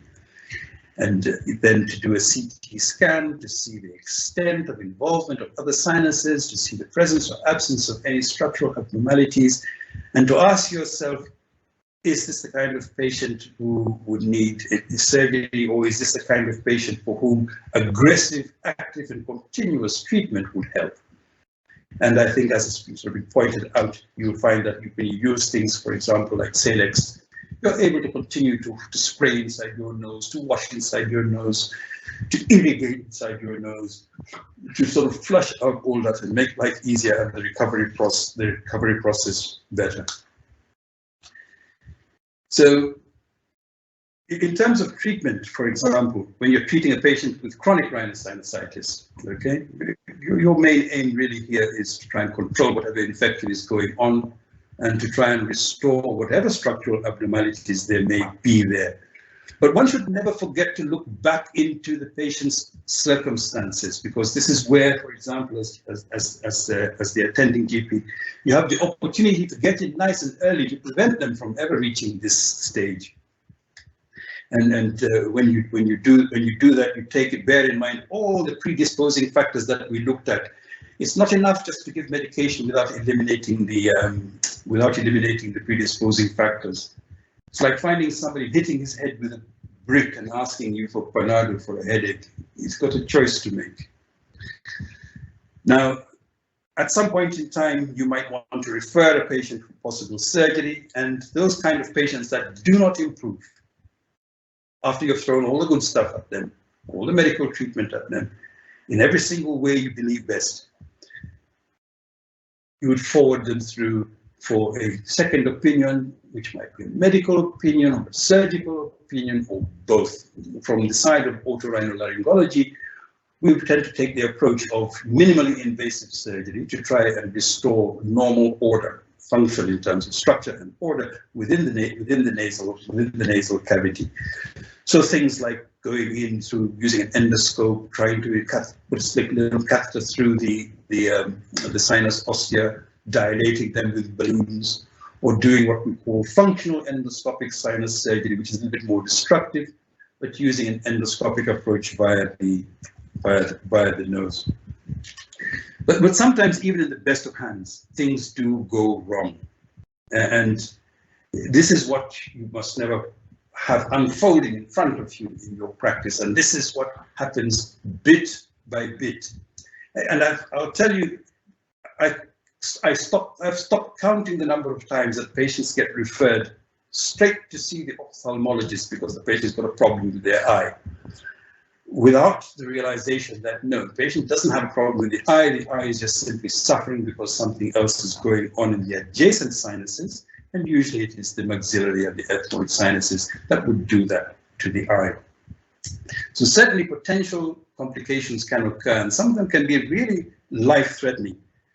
Some things make it easier for infections to spread around, defects in bone, previous surgery, abnormally large turbinates, deviated nasal septum, if I haven't mentioned that already.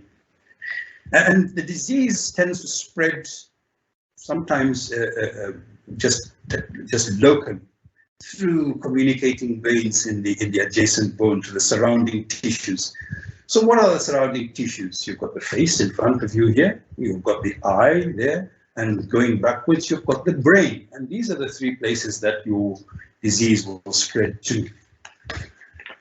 So you have a child that comes in with an eye like this. One of the first questions that you're going to have to ask them is, how long have they been sick? Not about their eye, just sick, sick, sick, snotty nose. And that might put you on the right path. They'll say, oh no, we had a flu, but it was a minor flu, we didn't bother with that. And yet it helps to tie the whole story together, that the eye is not something which is the primary source of the problem. And once you have the feeling that there is a complication developing, it's of the utmost importance that it is at this stage that you must consult. Pick up the phone, call. Advise the patients, the parents, if anything, that they're likely to have to end up in hospital for a more intensive approach. And awaiting them is a whole team of persons, not just one. There'll probably be one primary doctor based on the primary pathology, most often the otorhinolaryngologist, but also the ophthalmologist, the physician, the neurosurgeon are also in the mix. Now, the orbital complications are perhaps the most common complications. This is what you see, sick child coming in, eye starting to bulge. And it will usually start off very nice and slow with the swelling of the eyelid, which we call preceptual cellulitis. Then you notice the eye going all red as the conjunctiva gets involved. And then as infection spreads into the orbital cavity, the eye is pushed by a growing abscess, the subperiosteal abscess, so the eye starts to protrude forwards, which you refer to as a proptosis, and then all the structures around the eye and the globe itself now become infected, which now is, you get an, abscesses forming within the orbit. And then the side part is left unattended. There is slow trekking or septic thromboembolization through the venous drainage to the cavernous sinuses. And that's where now you start getting patients getting decreased levels of consciousness and a variety of nerve palsies based on the nerves that in fact pass through those areas. And as you can see them there listed there, your patient has a drooping eye, but now the eye might be bulging open, so you might not see the drooping eye. Patient will have no movement of the eye, partly because of the nerves and partly because of the involvement of the muscles, the muscles around the eye. And then blindness. Then you have neurosurgical complications, and here's what you see on the scan here is an example of on the right hand side of your screen. You'll see here what you see labeled number 1, that is a collection of pus under the skin. This is under the skin, under the periosteum of the frontal bone, subperiosteal frontal abscess, which you will find commonly referred to as your Pott's puffy tumor. Not to worry. Then there is number 2, which shows you that there's a part of the frontal sinus is not in fact well aerated. When you look at a scan, it should look nice and black and nothing else, because that is air. And then you have 3, where there's evidence of pneumocranium. Air has trapped now in. There is a breach in the continuity of bone. If you look at the frontal sinus number 2, and you look at towards the posterior aspect, you would notice that there is a breach in the continuity of bone, and the tumor extends down, the infection extends into the brain. And this is now where you get patients starting to become confused, some of them are losing consciousness, some of them are brought in with high fevers and questionable behavior and that kind of thing. When this kind of thing happens, it's almost imperative that at every stage a neurosurgeon is in fact involved. So if you have a patient that comes to you and in the middle of all the things, the patient is also confused and also drowsy, be afraid and be very, very, very afraid. And then there is on the other side, there is number 4, where that is a subperiosteal abscess from the ethmoid sinus going into the orbit the left eye. These are some statistics that were taken for admissions at the Baragwanath Hospital. They're very old now, but and I'm sure things have changed. But the trend has not really quite changed in that the majority of the patients that come in with severe complications like that tend to be young and male. And we looked at all of these patients that came in. They were all pretty young, pretty nice, pretty healthy, pretty fit. And they spent on average, I think it was about 11 or so days in hospital. That particular patient that I showed you, which had the very nasty eye, was one of the patients who was admitted, in fact, to the Baragwanath Hospital with the neurosurgical complications. And then amongst the comorbidities, surprisingly few. This is the kind of problem that happens, but surprisingly it happens in young and healthy persons. So, to wind it all up in a very long-winded manner, when you're sitting in your general practice and patients come to you, just know that you are in a place far more unique and far more dangerous perhaps than that of the specialist, because things are going to happen in front of you and they're going to unfold quite slowly. So you need to be on your toes and anticipate the arrival of complications. Unlike a scenario where the complications do occur and you realize, oops, let me send the patient towards a specialist, and we do look good because we do treat the patient as well and they get better. So your duty would be to be able to make an appropriate diagnosis, to categorize them in the correct different category. Is this an acute? Is this a recurrent acute? Do you think it's viral? Do you think it's bacterial? And to start appropriate treatment right from the word go. If there's an opportunity not to do unnecessary investigations, take it, because all they do is tell you what you already know, especially the x-rays and your blood tests and your what in the early in the stage. Surely a child that comes in with a snotty nose and a 2-day-old fever, what do you expect? You expect the white cell count to go high. So why you want to do the white cell count? You expect whatever sinuses they are to be muddy, to be murky. So why you want to do the x-rays? And then you've got to initiate the treatment, all the while asking yourself, am I going to treat and monitor? Am I going to treat, to start treatment and refer? What am I going to do? And the majority of patients that you will see are patients that you will treat. The appropriate use of antibiotics is the big thing. We'll play your role in using antibiotics only when they are necessary.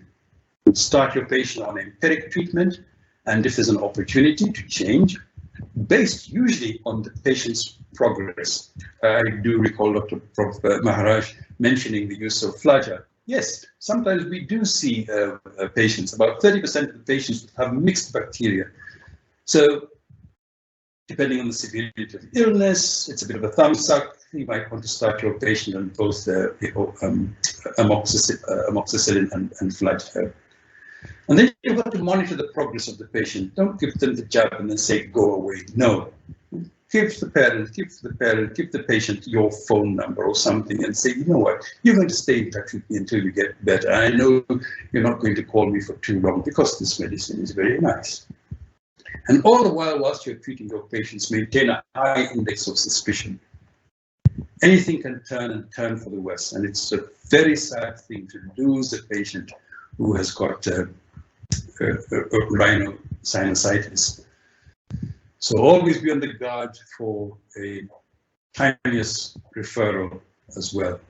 Now, I do apologize for being a bit long-winded and going off track, but thank you very much if you've stayed the distance. Thank you.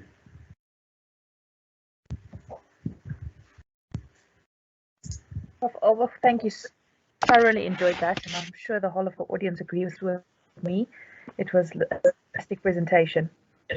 We're now going to move on to our third speaker for the evening. We'll questions for Prof. Olbach at the end of the session, when we do all the questions answered together in one session. But we now move to our third speaker,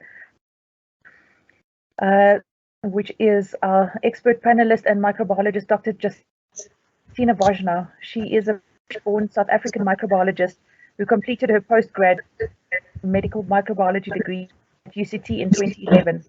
She has done many acclaimed articles for SAMJ, Oxford University, and she has presented as speaker at many national as well as international conferences.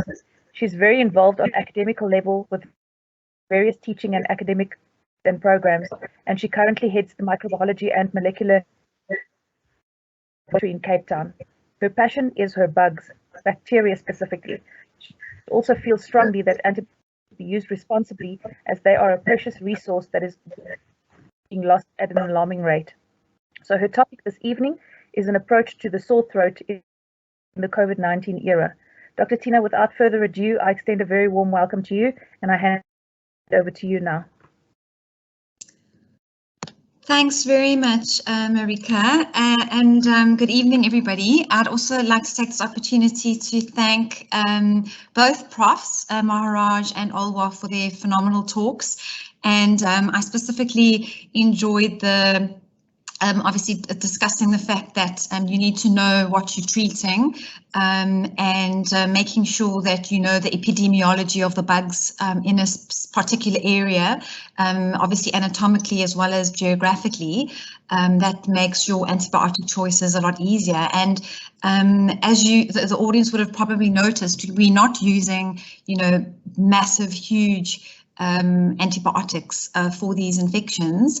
You know, I think the kind of trigger is to use the biggest gun, but you know, that's been recommended by one of the reps, and you'll find that actually penicillin and your cloxacillins and your augmentins actually work quite well. So yeah, as Marika mentioned, I think it's very important for us to also make sure that we use our antibiotics wisely. So being a microbiologist, we are also involved in antimicrobial stewardship, that is stewarding antibiotic use and making sure that we don't use it for every single sore throat.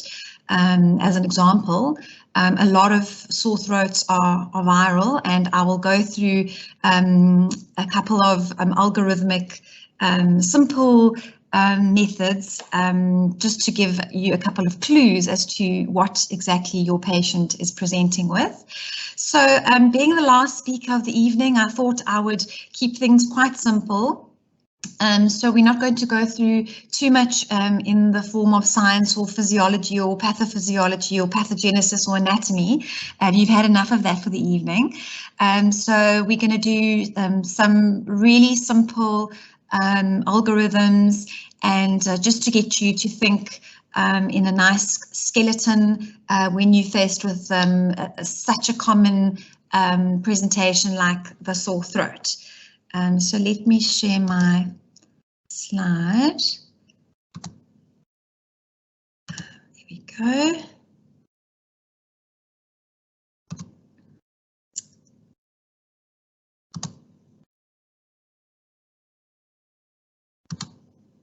Okay, can everybody see that? Marika, is that fine? Yes. Okay, great. So I think what's kind of made things a little bit tricky is any tiny little bit of a sniffle or a sore throat. Obviously, in the pandemic of COVID, there's a concern that it is COVID. So, you know, and I think, you know, in the past it was, let's make sure that it's not a bacterial throat infection and let's just give everybody an antibiotic. Because, you know, it's just easier and the patients actually expect it. But these days, you know, I think we've got another kind of factor to consider, and that's obviously COVID. So I thought I'd go through in this kind of questionable etiology, you know, what is causing your sore throat? Is it, we're going to go through a couple of the differential diagnoses. Is it infectious or non-infectious? Is it flu, which is usually caused by the viruses influenza and influenza B? Is it a bacterial sore throat?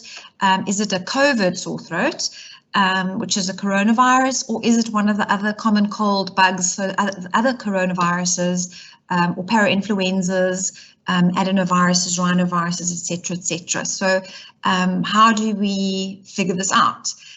So I'm going to give you a couple of clues, obviously bearing in mind that nothing in medicine is 100%, and these are just tips and guides and they may not necessarily be 100% perfect.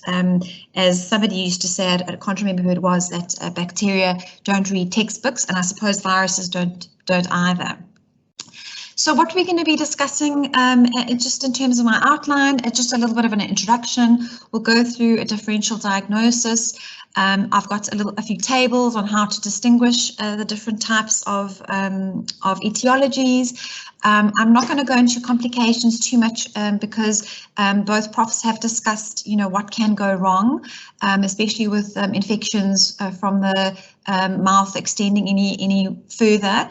And we'll touch on management, but it's more of management based on your etiology. So which kind of road or pathway you'll be taking. So as you know, being a clinician, as a GP, and I've also worked in the GP setting, one of your most common conditions, millions and millions of people every year present to the GP with a sore throat. And most of them are actually viral and self-limited. So I think that's very important, and another prof of mine used to always say common things happen commonly. So yes, of course, we need to exclude the, the 1 in a million that might be something else, or the 1 in 100, but, if somebody is stable and it's most likely viral and they are nearby and they can come back, then, supportive management is usually the way to go. We need the systematic approach in order to reduce our antibiotic use. And this is extremely important. We are in a situation, and we see it all the time as microbiologists, we obviously diagnose all these infections, we get all the microbiology, and we see the devastation in terms of the organisms mutating to such a degree that we really have reports where I send out a report and everything is a big R for resistant. So we really do need to, stop this, not only obviously at the primary healthcare level, but also, in the agriculture, animal industry, etc. But obviously over here we can't affect everyone. So hopefully the audience that are listening will take cognizance of this. So in a nutshell, what are we actually trying to do when we've got a pharyngitis? Well, I think I kind of tried to categorize it and give you a little bit of a simple or simplistic approach. Well, really what we want to do is there something that we can do other than just being supportive? So how can we figure out those patients that actually really need to be treated with a directed cause? So for instance, a strep throat, a severe influenza that might require oseltamivir or Tamiflu, or a candida infection, which would require antifungals, whether they be topical or systemic. So the other reason would be obviously to detect a life-threatening systemic infection or a severe infection, and you've heard about that this evening. From a pharyngitis point of view, some systemic infections like HIV will present with pharyngitis. Even syphilis can present with pharyngitis. So those are potentially, not really life-threatening, but they can be chronic infections that would need to be treated and can become life-threatening. And any severe infection like an airway obstruction that you've seen, with a drooling patient, you'd want to pick those up so that those can be referred and managed correctly. And the other aim of this talk is, and of actually managing pharyngitis correctly, is to detect an infectious condition that requires an infection control response, like the COVID-19, and obviously in any new pandemic where we are still trying to contain spread in order to ensure that the vast majority of the at high risk patients are vaccinated and are safe from developing severe disease. We obviously need to pick up on the pandemic organisms like we've got at the moment, the COVID-19, so that we can isolate and prevent further spread. So those are kind of the main aims, and that's kind of what you're aiming to do from a management point of view. So it's actually, if you think about it, it can be as simple as that. So pharyngitis can be very broadly categorized as infectious or non-infectious. And I think that's also important to remember, because a lot of sore throats we immediately assume must be an infection and must be managed as such. But there are a long list of conditions, as you can see, including cold air conditioning. I've had that before. A gastroesophageal reflux disease. So heartburn that actually irritates the throat. That's obviously managed completely differently. Any trauma to the area, a fishbone, foreign bodies, smoke. Another very common one, which can present with an irritated throat, and sometimes patients will present with a pharyngitis, and I've seen this as a GP, is patients on ACE inhibitors. So kind of an irritating back of the throat. It's often associated with a bit of a dry cough, which will go away once the ACE inhibitor is stopped. Then there are the rarer systemic inflammatory causes. That's obviously usually a diagnosis of exclusion when you start looking into all those strange conditions like Behçet's. And then remembering things like psychogenic pharyngitis. Obviously the ENTs will know a lot more about these non-infectious causes than myself as a microbiologist, but I actually had a colleague of mine who, when he was stressed, used to present with a severe, almost obstructed sore throat and larynx, and eventually after months at the GP's, was told by an ENT that was actually in his head, as strange as it sounds, but after that he was completely fine. So thinking out the box. Dysphagia in a child, so children with sore throat can often present with dysphagia or complain of dysphagia, and then not forgetting obviously the referred pain from otitis media, dental abscesses, etc., etc. So those are the non-infectious causes, but I'm going to be focusing on the infectious. So as you can see, a long list, as long as my arm, if not longer, and there are I've highlighted the most common causes of bacterial and viral.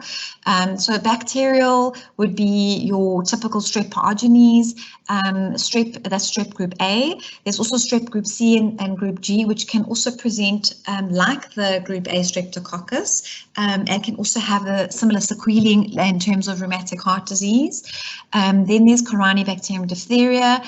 We don't see that many cases anymore. I'll go into it later as to how that presents. Obviously, we get vaccinated as part of the extended program for immunization for children, so we don't see that commonly.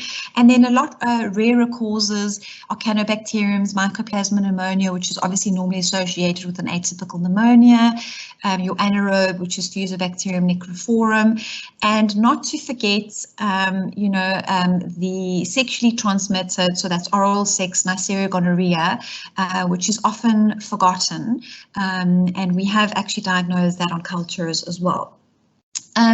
So generally, as I've mentioned, the most common cause of a sore throat, infectious sore throat, is the common cold virus.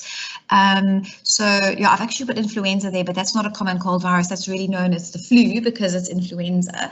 But organisms such as rhinovirus, adenovirus, parainfluenza, respiratory syncytial virus, RSV, and there are a whole host of other coronaviruses. I think a lot of people only came across the word coronavirus with COVID, which is SARS-CoV-2, but there are a number of other coronaviruses which present with less severe disease, and they actually present like a common cold. Other viral conditions which are also quite common in our setting is primary or acute HIV. Usually about 40 to 90% of patients with HIV are symptomatic when they are acutely infected, and about half of those will present with a pharyngitis. So it's very important to think about HIV when you have a patient presenting with a pharyngitis. EBV, by the time I think we are 40 years old, about 90% of the people have been already exposed to EBV. It's extremely common, and it can actually mimic the strep throat, so your findings can be quite similar. Obviously, in the pandemic at the moment, with the amount of organisms spreading, that SARS-CoV-2, which is COVID, enteroviruses, which can be associated with abdominal symptoms as well, and then acute presentation of herpes simplex virus, even if you don't have the blisters, can be present with pharyngitis. Don't forget Candida. That's usually a diagnosis that's made clinically because it's quite a typical presentation, and the plaques, the white plaques that are seen in the mouth. And then also not to forget the part of the STD syndromes that cause pharyngitis as well. Okay, so I just thought I'd show you a little bit of I don't think people realize that there is so much virus floating around. We obviously see the data because we're in the lab setting, but these are stats that are sent around to us on a monthly basis from Dr. Maria. She's one of our virologists at Lancet. And if you have a look, so this is essentially requests on a full respiratory panel. So doctors will suspect a viral infection and they'll often send us a nasopharyngeal or a oropharyngeal swab. Bearing in mind some of these will be respiratory samples as well, other respiratory samples. But if you have a look, we used to see a lot more in July 2018 before the COVID pandemic. We saw a lot of influenza A, and in July of 2019, and that actually dropped quite significantly. This doesn't include coronavirus, it includes all the other coronaviruses. So you can see the HCOVs, other coronaviruses. We see quite a lot of rhinovirus, and we're still seeing it now. It was still quite prevalent throughout 2018, 2019, 2020, and 2021. So, not all sore throats and respiratory illnesses are COVID. So we are still seeing rhinovirus, adenovirus, enterovirus, bocavirus, etc., etc. We have, yes, definitely seen a drop in our influenzas, specifically influenza A. We are still seeing the occasional influenza B, but that doesn't mean that it won't come back. So obviously we need to keep an eye on that. In terms of the COVID data, this is a graph from our Lancet data superimposed on the national data, and you can actually see the 3 waves. It's percentage positives of the samples that we receive. So any sample that's where COVID has been requested, what the percentage of positives were for COVID specifically. And you can see we obviously on the downward trend in terms of the 3rd wave. So moving on to bacterial pharyngitis, the most common would be your group A strep. Remember there's group C and group G as well. Typical presentations, and we often see that those in children would be high-grade fevers, prominent lymphadenopathy, and it's usually your anterior cervical lymph nodes. You get the strawberry tongue. You can get a petechia on your palate, so that's also if that's visible, then that would indicate, those are all clues that you're dealing with a bacterial pharyngitis. And then occasionally you'll actually see a scarlet rash, which is almost described as a kind of red bumps that look like and feel like sandpaper. So that's a typical scarlatiform rash. What's important is that it obviously can complicate. So we've got the suppurative complications, and as Prof. Maharaj has mentioned, peritonsillar cellulitis and abscesses. It can move in and cause sinusitis as well, invasion into the eustachian tube and otitis media.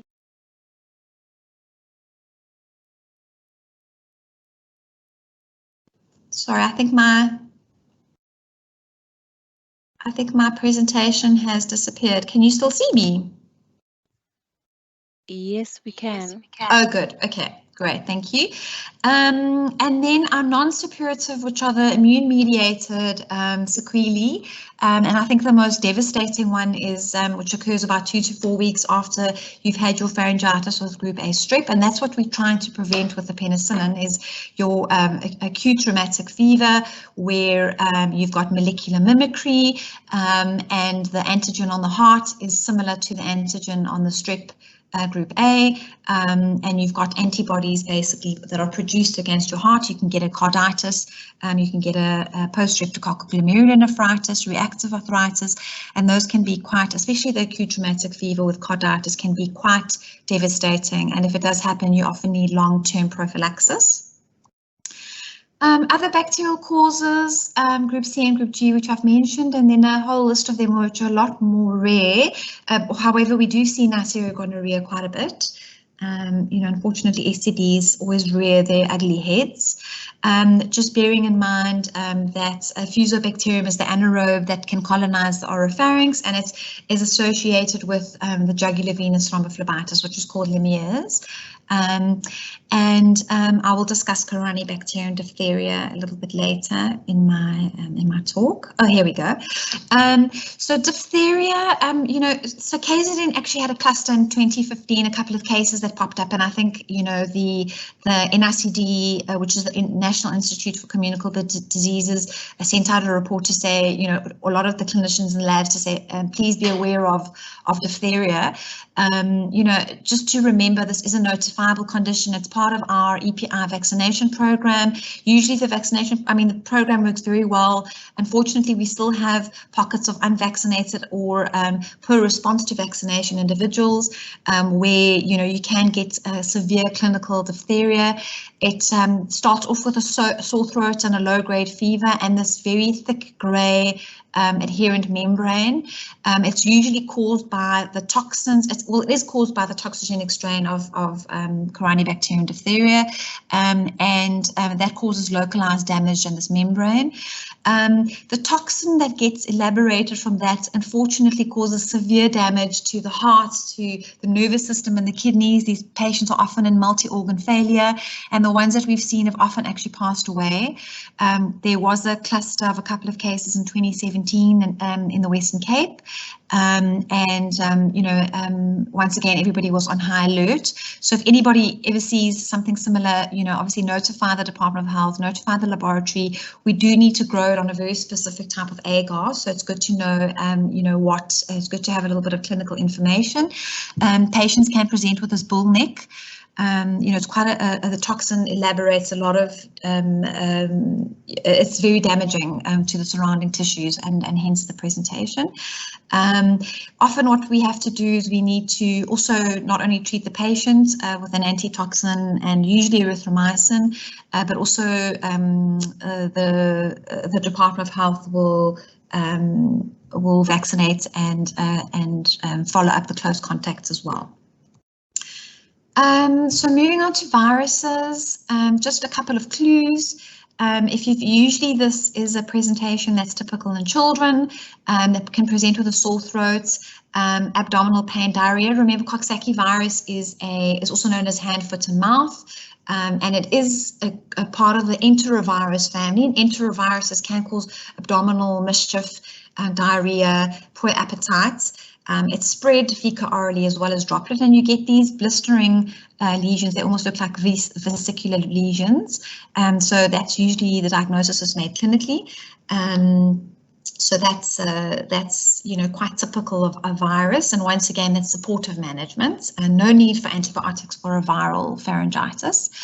Then we've got the Pharyngoconjunctival Fever, which is caused by adenovirus, often associated with and causing pink eye and a runny nose.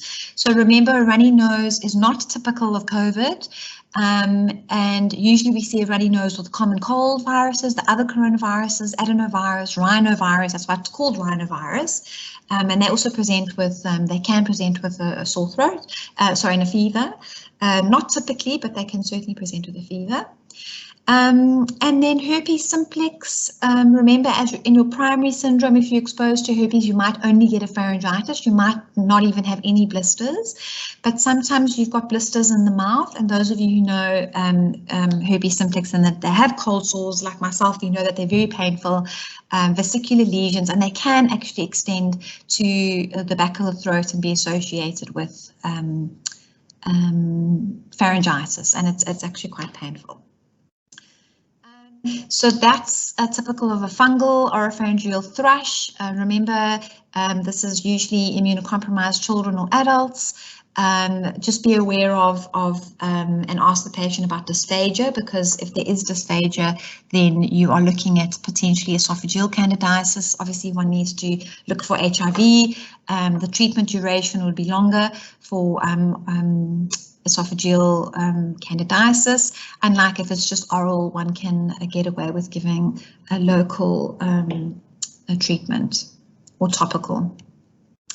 So just very briefly, and unfortunately there is a little bit of overlap with this, but generally speaking, this is a kind of an idea to give you an idea of whether it's bacterial or viral. Usually with bacterial, you do get a more high grade fever compared to viral, but in saying that, we have seen very high fevers with influenza as well as COVID, so those are the two that are different. Because usually your common cold virus causes a very low grade fever, if any fever at all. Your lymph nodes are normally quite prominent with bacterial pharyngitis, and not usually that prominent with the common cold. Obviously with EBV and other viruses, you can get slightly bigger lymph nodes, but generally the anterior prominent large painful lymph nodes will be bacterial. Strawberry tongue, as I've mentioned, or a graveberry tongue is usually seen with bacterial. A petechia on your palate and white spots on your tonsils would indicate a bacterial infection, and obviously the scarlet rash that I mentioned as well. So that's just the bacterial. And from a viral, so remember, bacterial doesn't normally cause a cough, and bacterial doesn't cause a runny nose. It's localized to the throat.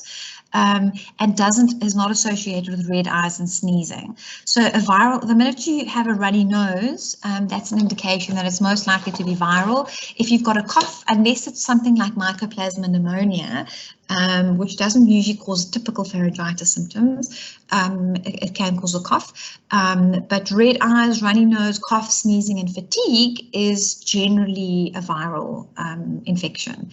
So yeah, it's usually, I think, especially in an uncomplicated case in a stable patient, one certainly needs to consider virus over bacteria. So just to show you the typical symptoms of COVID-19. So I think a lot of people think that everybody with COVID is going to have a sore throat. Apparently it doesn't happen. It happens in about 13% of patients. So it's not extremely common. Your commonest features are actually a dry cough, fatigue, and fever for COVID-19. And, things like diarrhea and nausea and vomiting are actually quite rare, about 3 to 5%. So just remember that COVID can present with quite a high fever, and high fever is usually a typical presentation. The incubation period for COVID-19 is usually about 5 days, somewhere between 2 and 14, unlike influenza and the common cold, which is about a day or two. And so just remember, COVID-19, you don't typically get a runny nose, you don't typically get a sore throat. So any nasal congestion is more likely to be your common cold. So I actually thought, because I was slowly getting confused reading about all of this, and I thought, let me put it in a nice little table. So this kind of describes it a little bit better, but just in terms of your incubation periods, I've actually put allergy on there as well. I'm certainly not an allergy expert, but just to show you, in terms of sneezing, so a sneezing would be a symptom of allergies, but it'll also be a symptom of the common cold. So organisms like adenovirus, rhinovirus, etc. Loss of smell or taste is quite often seen with COVID-19, as you well know. And it's quite rare to see it with the other organisms. Fever is often present with COVID-19 as well as influenza, but it's quite rare with the common cold. As I mentioned as well, cough is quite common in COVID-19, influenza, and the cold. You can obviously sometimes get it with an allergy because you have a postnasal drip. Aches and pains are not typical of COVID. Usually with an aches and pains, you're going to be thinking about influenza or the common cold. Once again, and I've mentioned the runny, stuffy nose and the sore throat is more common with the common cold. and you can sometimes get diarrhea with a common cold, especially enteroviruses, because diarrhea is actually relatively rare for COVID and influenza. And then one big feature that we must consider with COVID-19 is shortness of breath, which we've seen a lot, and that is quite rare. It's a rare complication, or relatively rare complication, of influenza as well as the common cold. Right, so this is actually a really nice document, and it's available on the website if you just type in South African Antibiotics Stewardship Program, and it actually goes through a lot of the syndromes, including bacterial sinusitis, including pharyngotonsillitis, including a number of different infections, but it also tries to do a similar kind of thing as use the systematic systematic skeleton approach. So once again, showing, you could use PCT. If the PCT is high, that's more likely to be bacterial. They're also looking at pus or white patches on the tonsils, tender anterior cervical lymph nodes, quite a high grade fever. And remember, they're looking at an age between 3 and 15, because what are we trying to do with treatment of bacterial pharyngitis? We're trying to prevent rheumatic heart disease. So if you are older than 45, then your risk of rheumatic heart disease is quite low. So even if you do have a bacterial infection, your chances of developing rheumatic heart disease with a bacterial strep infection is quite low. So not all of them necessarily need to be treated. But as you can see, any rhinorrhea, cough, diarrhea, conjunctivitis, low PCT and high age, you need to look at viruses. And obviously antibiotics do not work for viruses. They just aggravate your stomach and they affect your little sweet bugs in your gastrointestinal. Please do not kill any bugs that shouldn't be killed. If there is associated laryngitis, that is not a streptococcal feature. That's usually caused by a virus in about 90% of the time. As you can see, so what do we do for bacterial? Streptococci are universally sensitive to penicillin.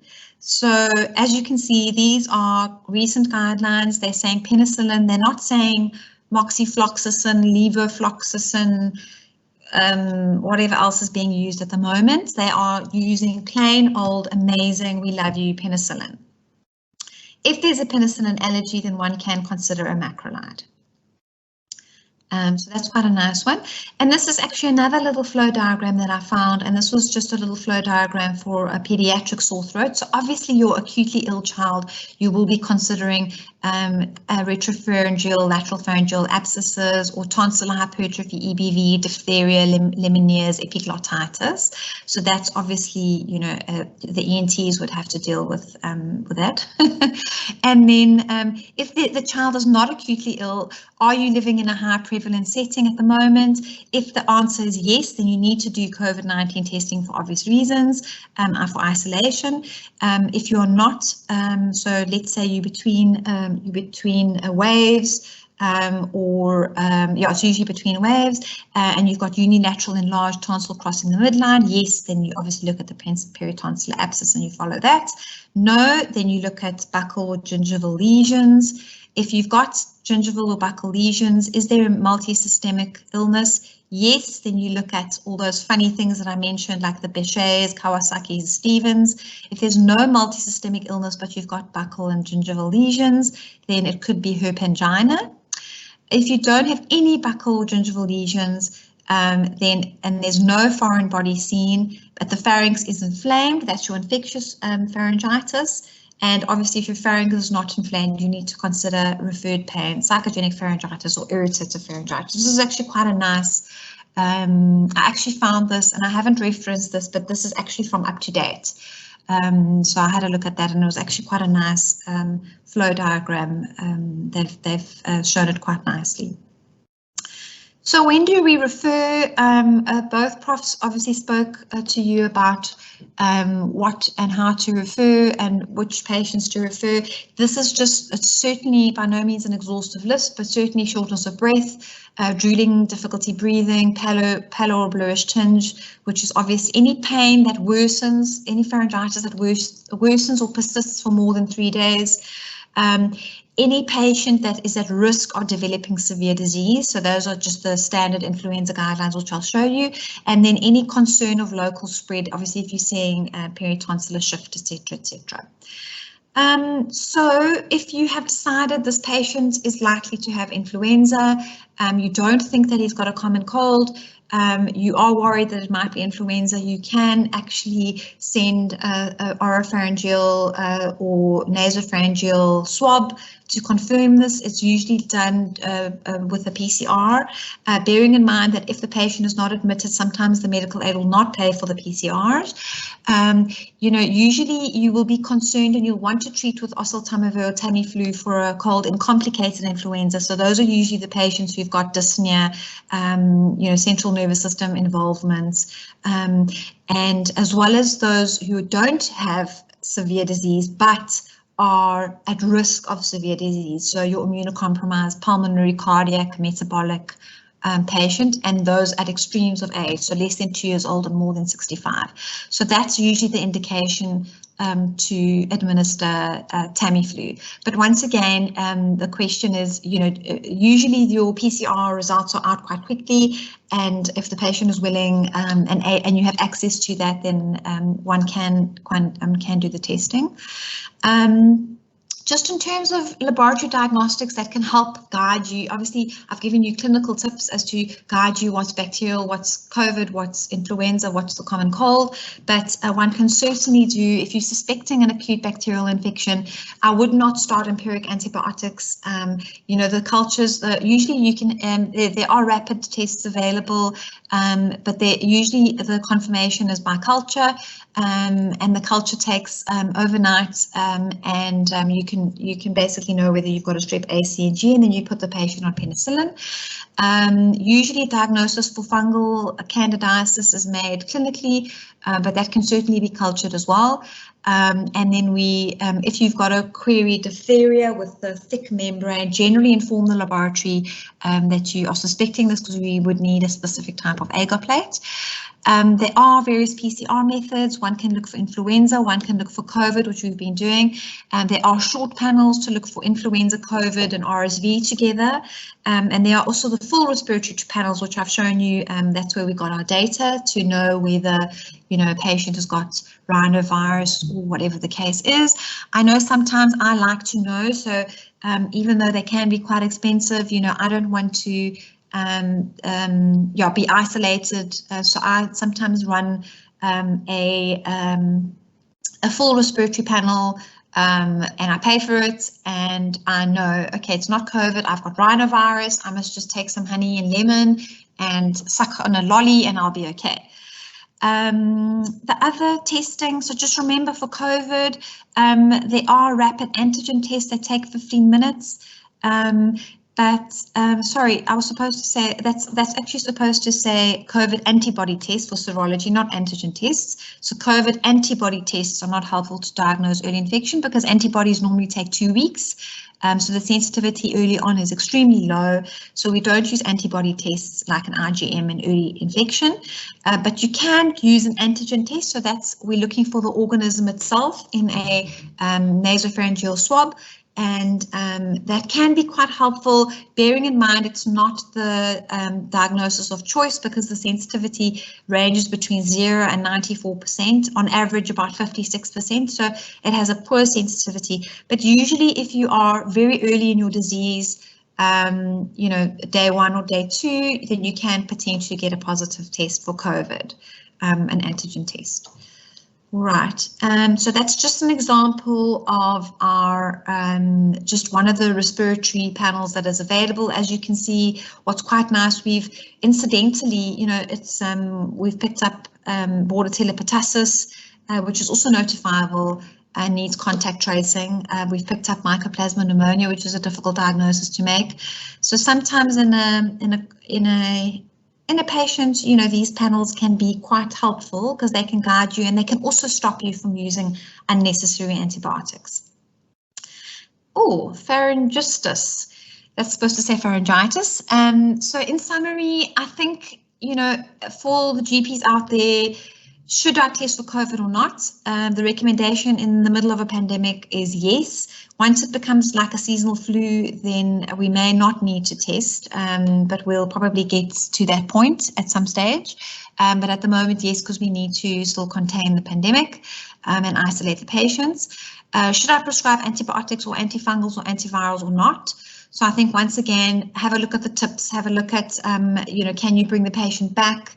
What are the most likely? I think, giving an antibiotic just because the mom is stressing you out or she's insisting on it is not a good enough reason. I know I've had moms sitting in my office screaming at me because they want, I don't know, tillithromycin or something. And the one lady, I told her she can write her own prescription if she's got a practice number, which is very mean of me. But I certainly don't agree with giving antibiotics just to make somebody feel better.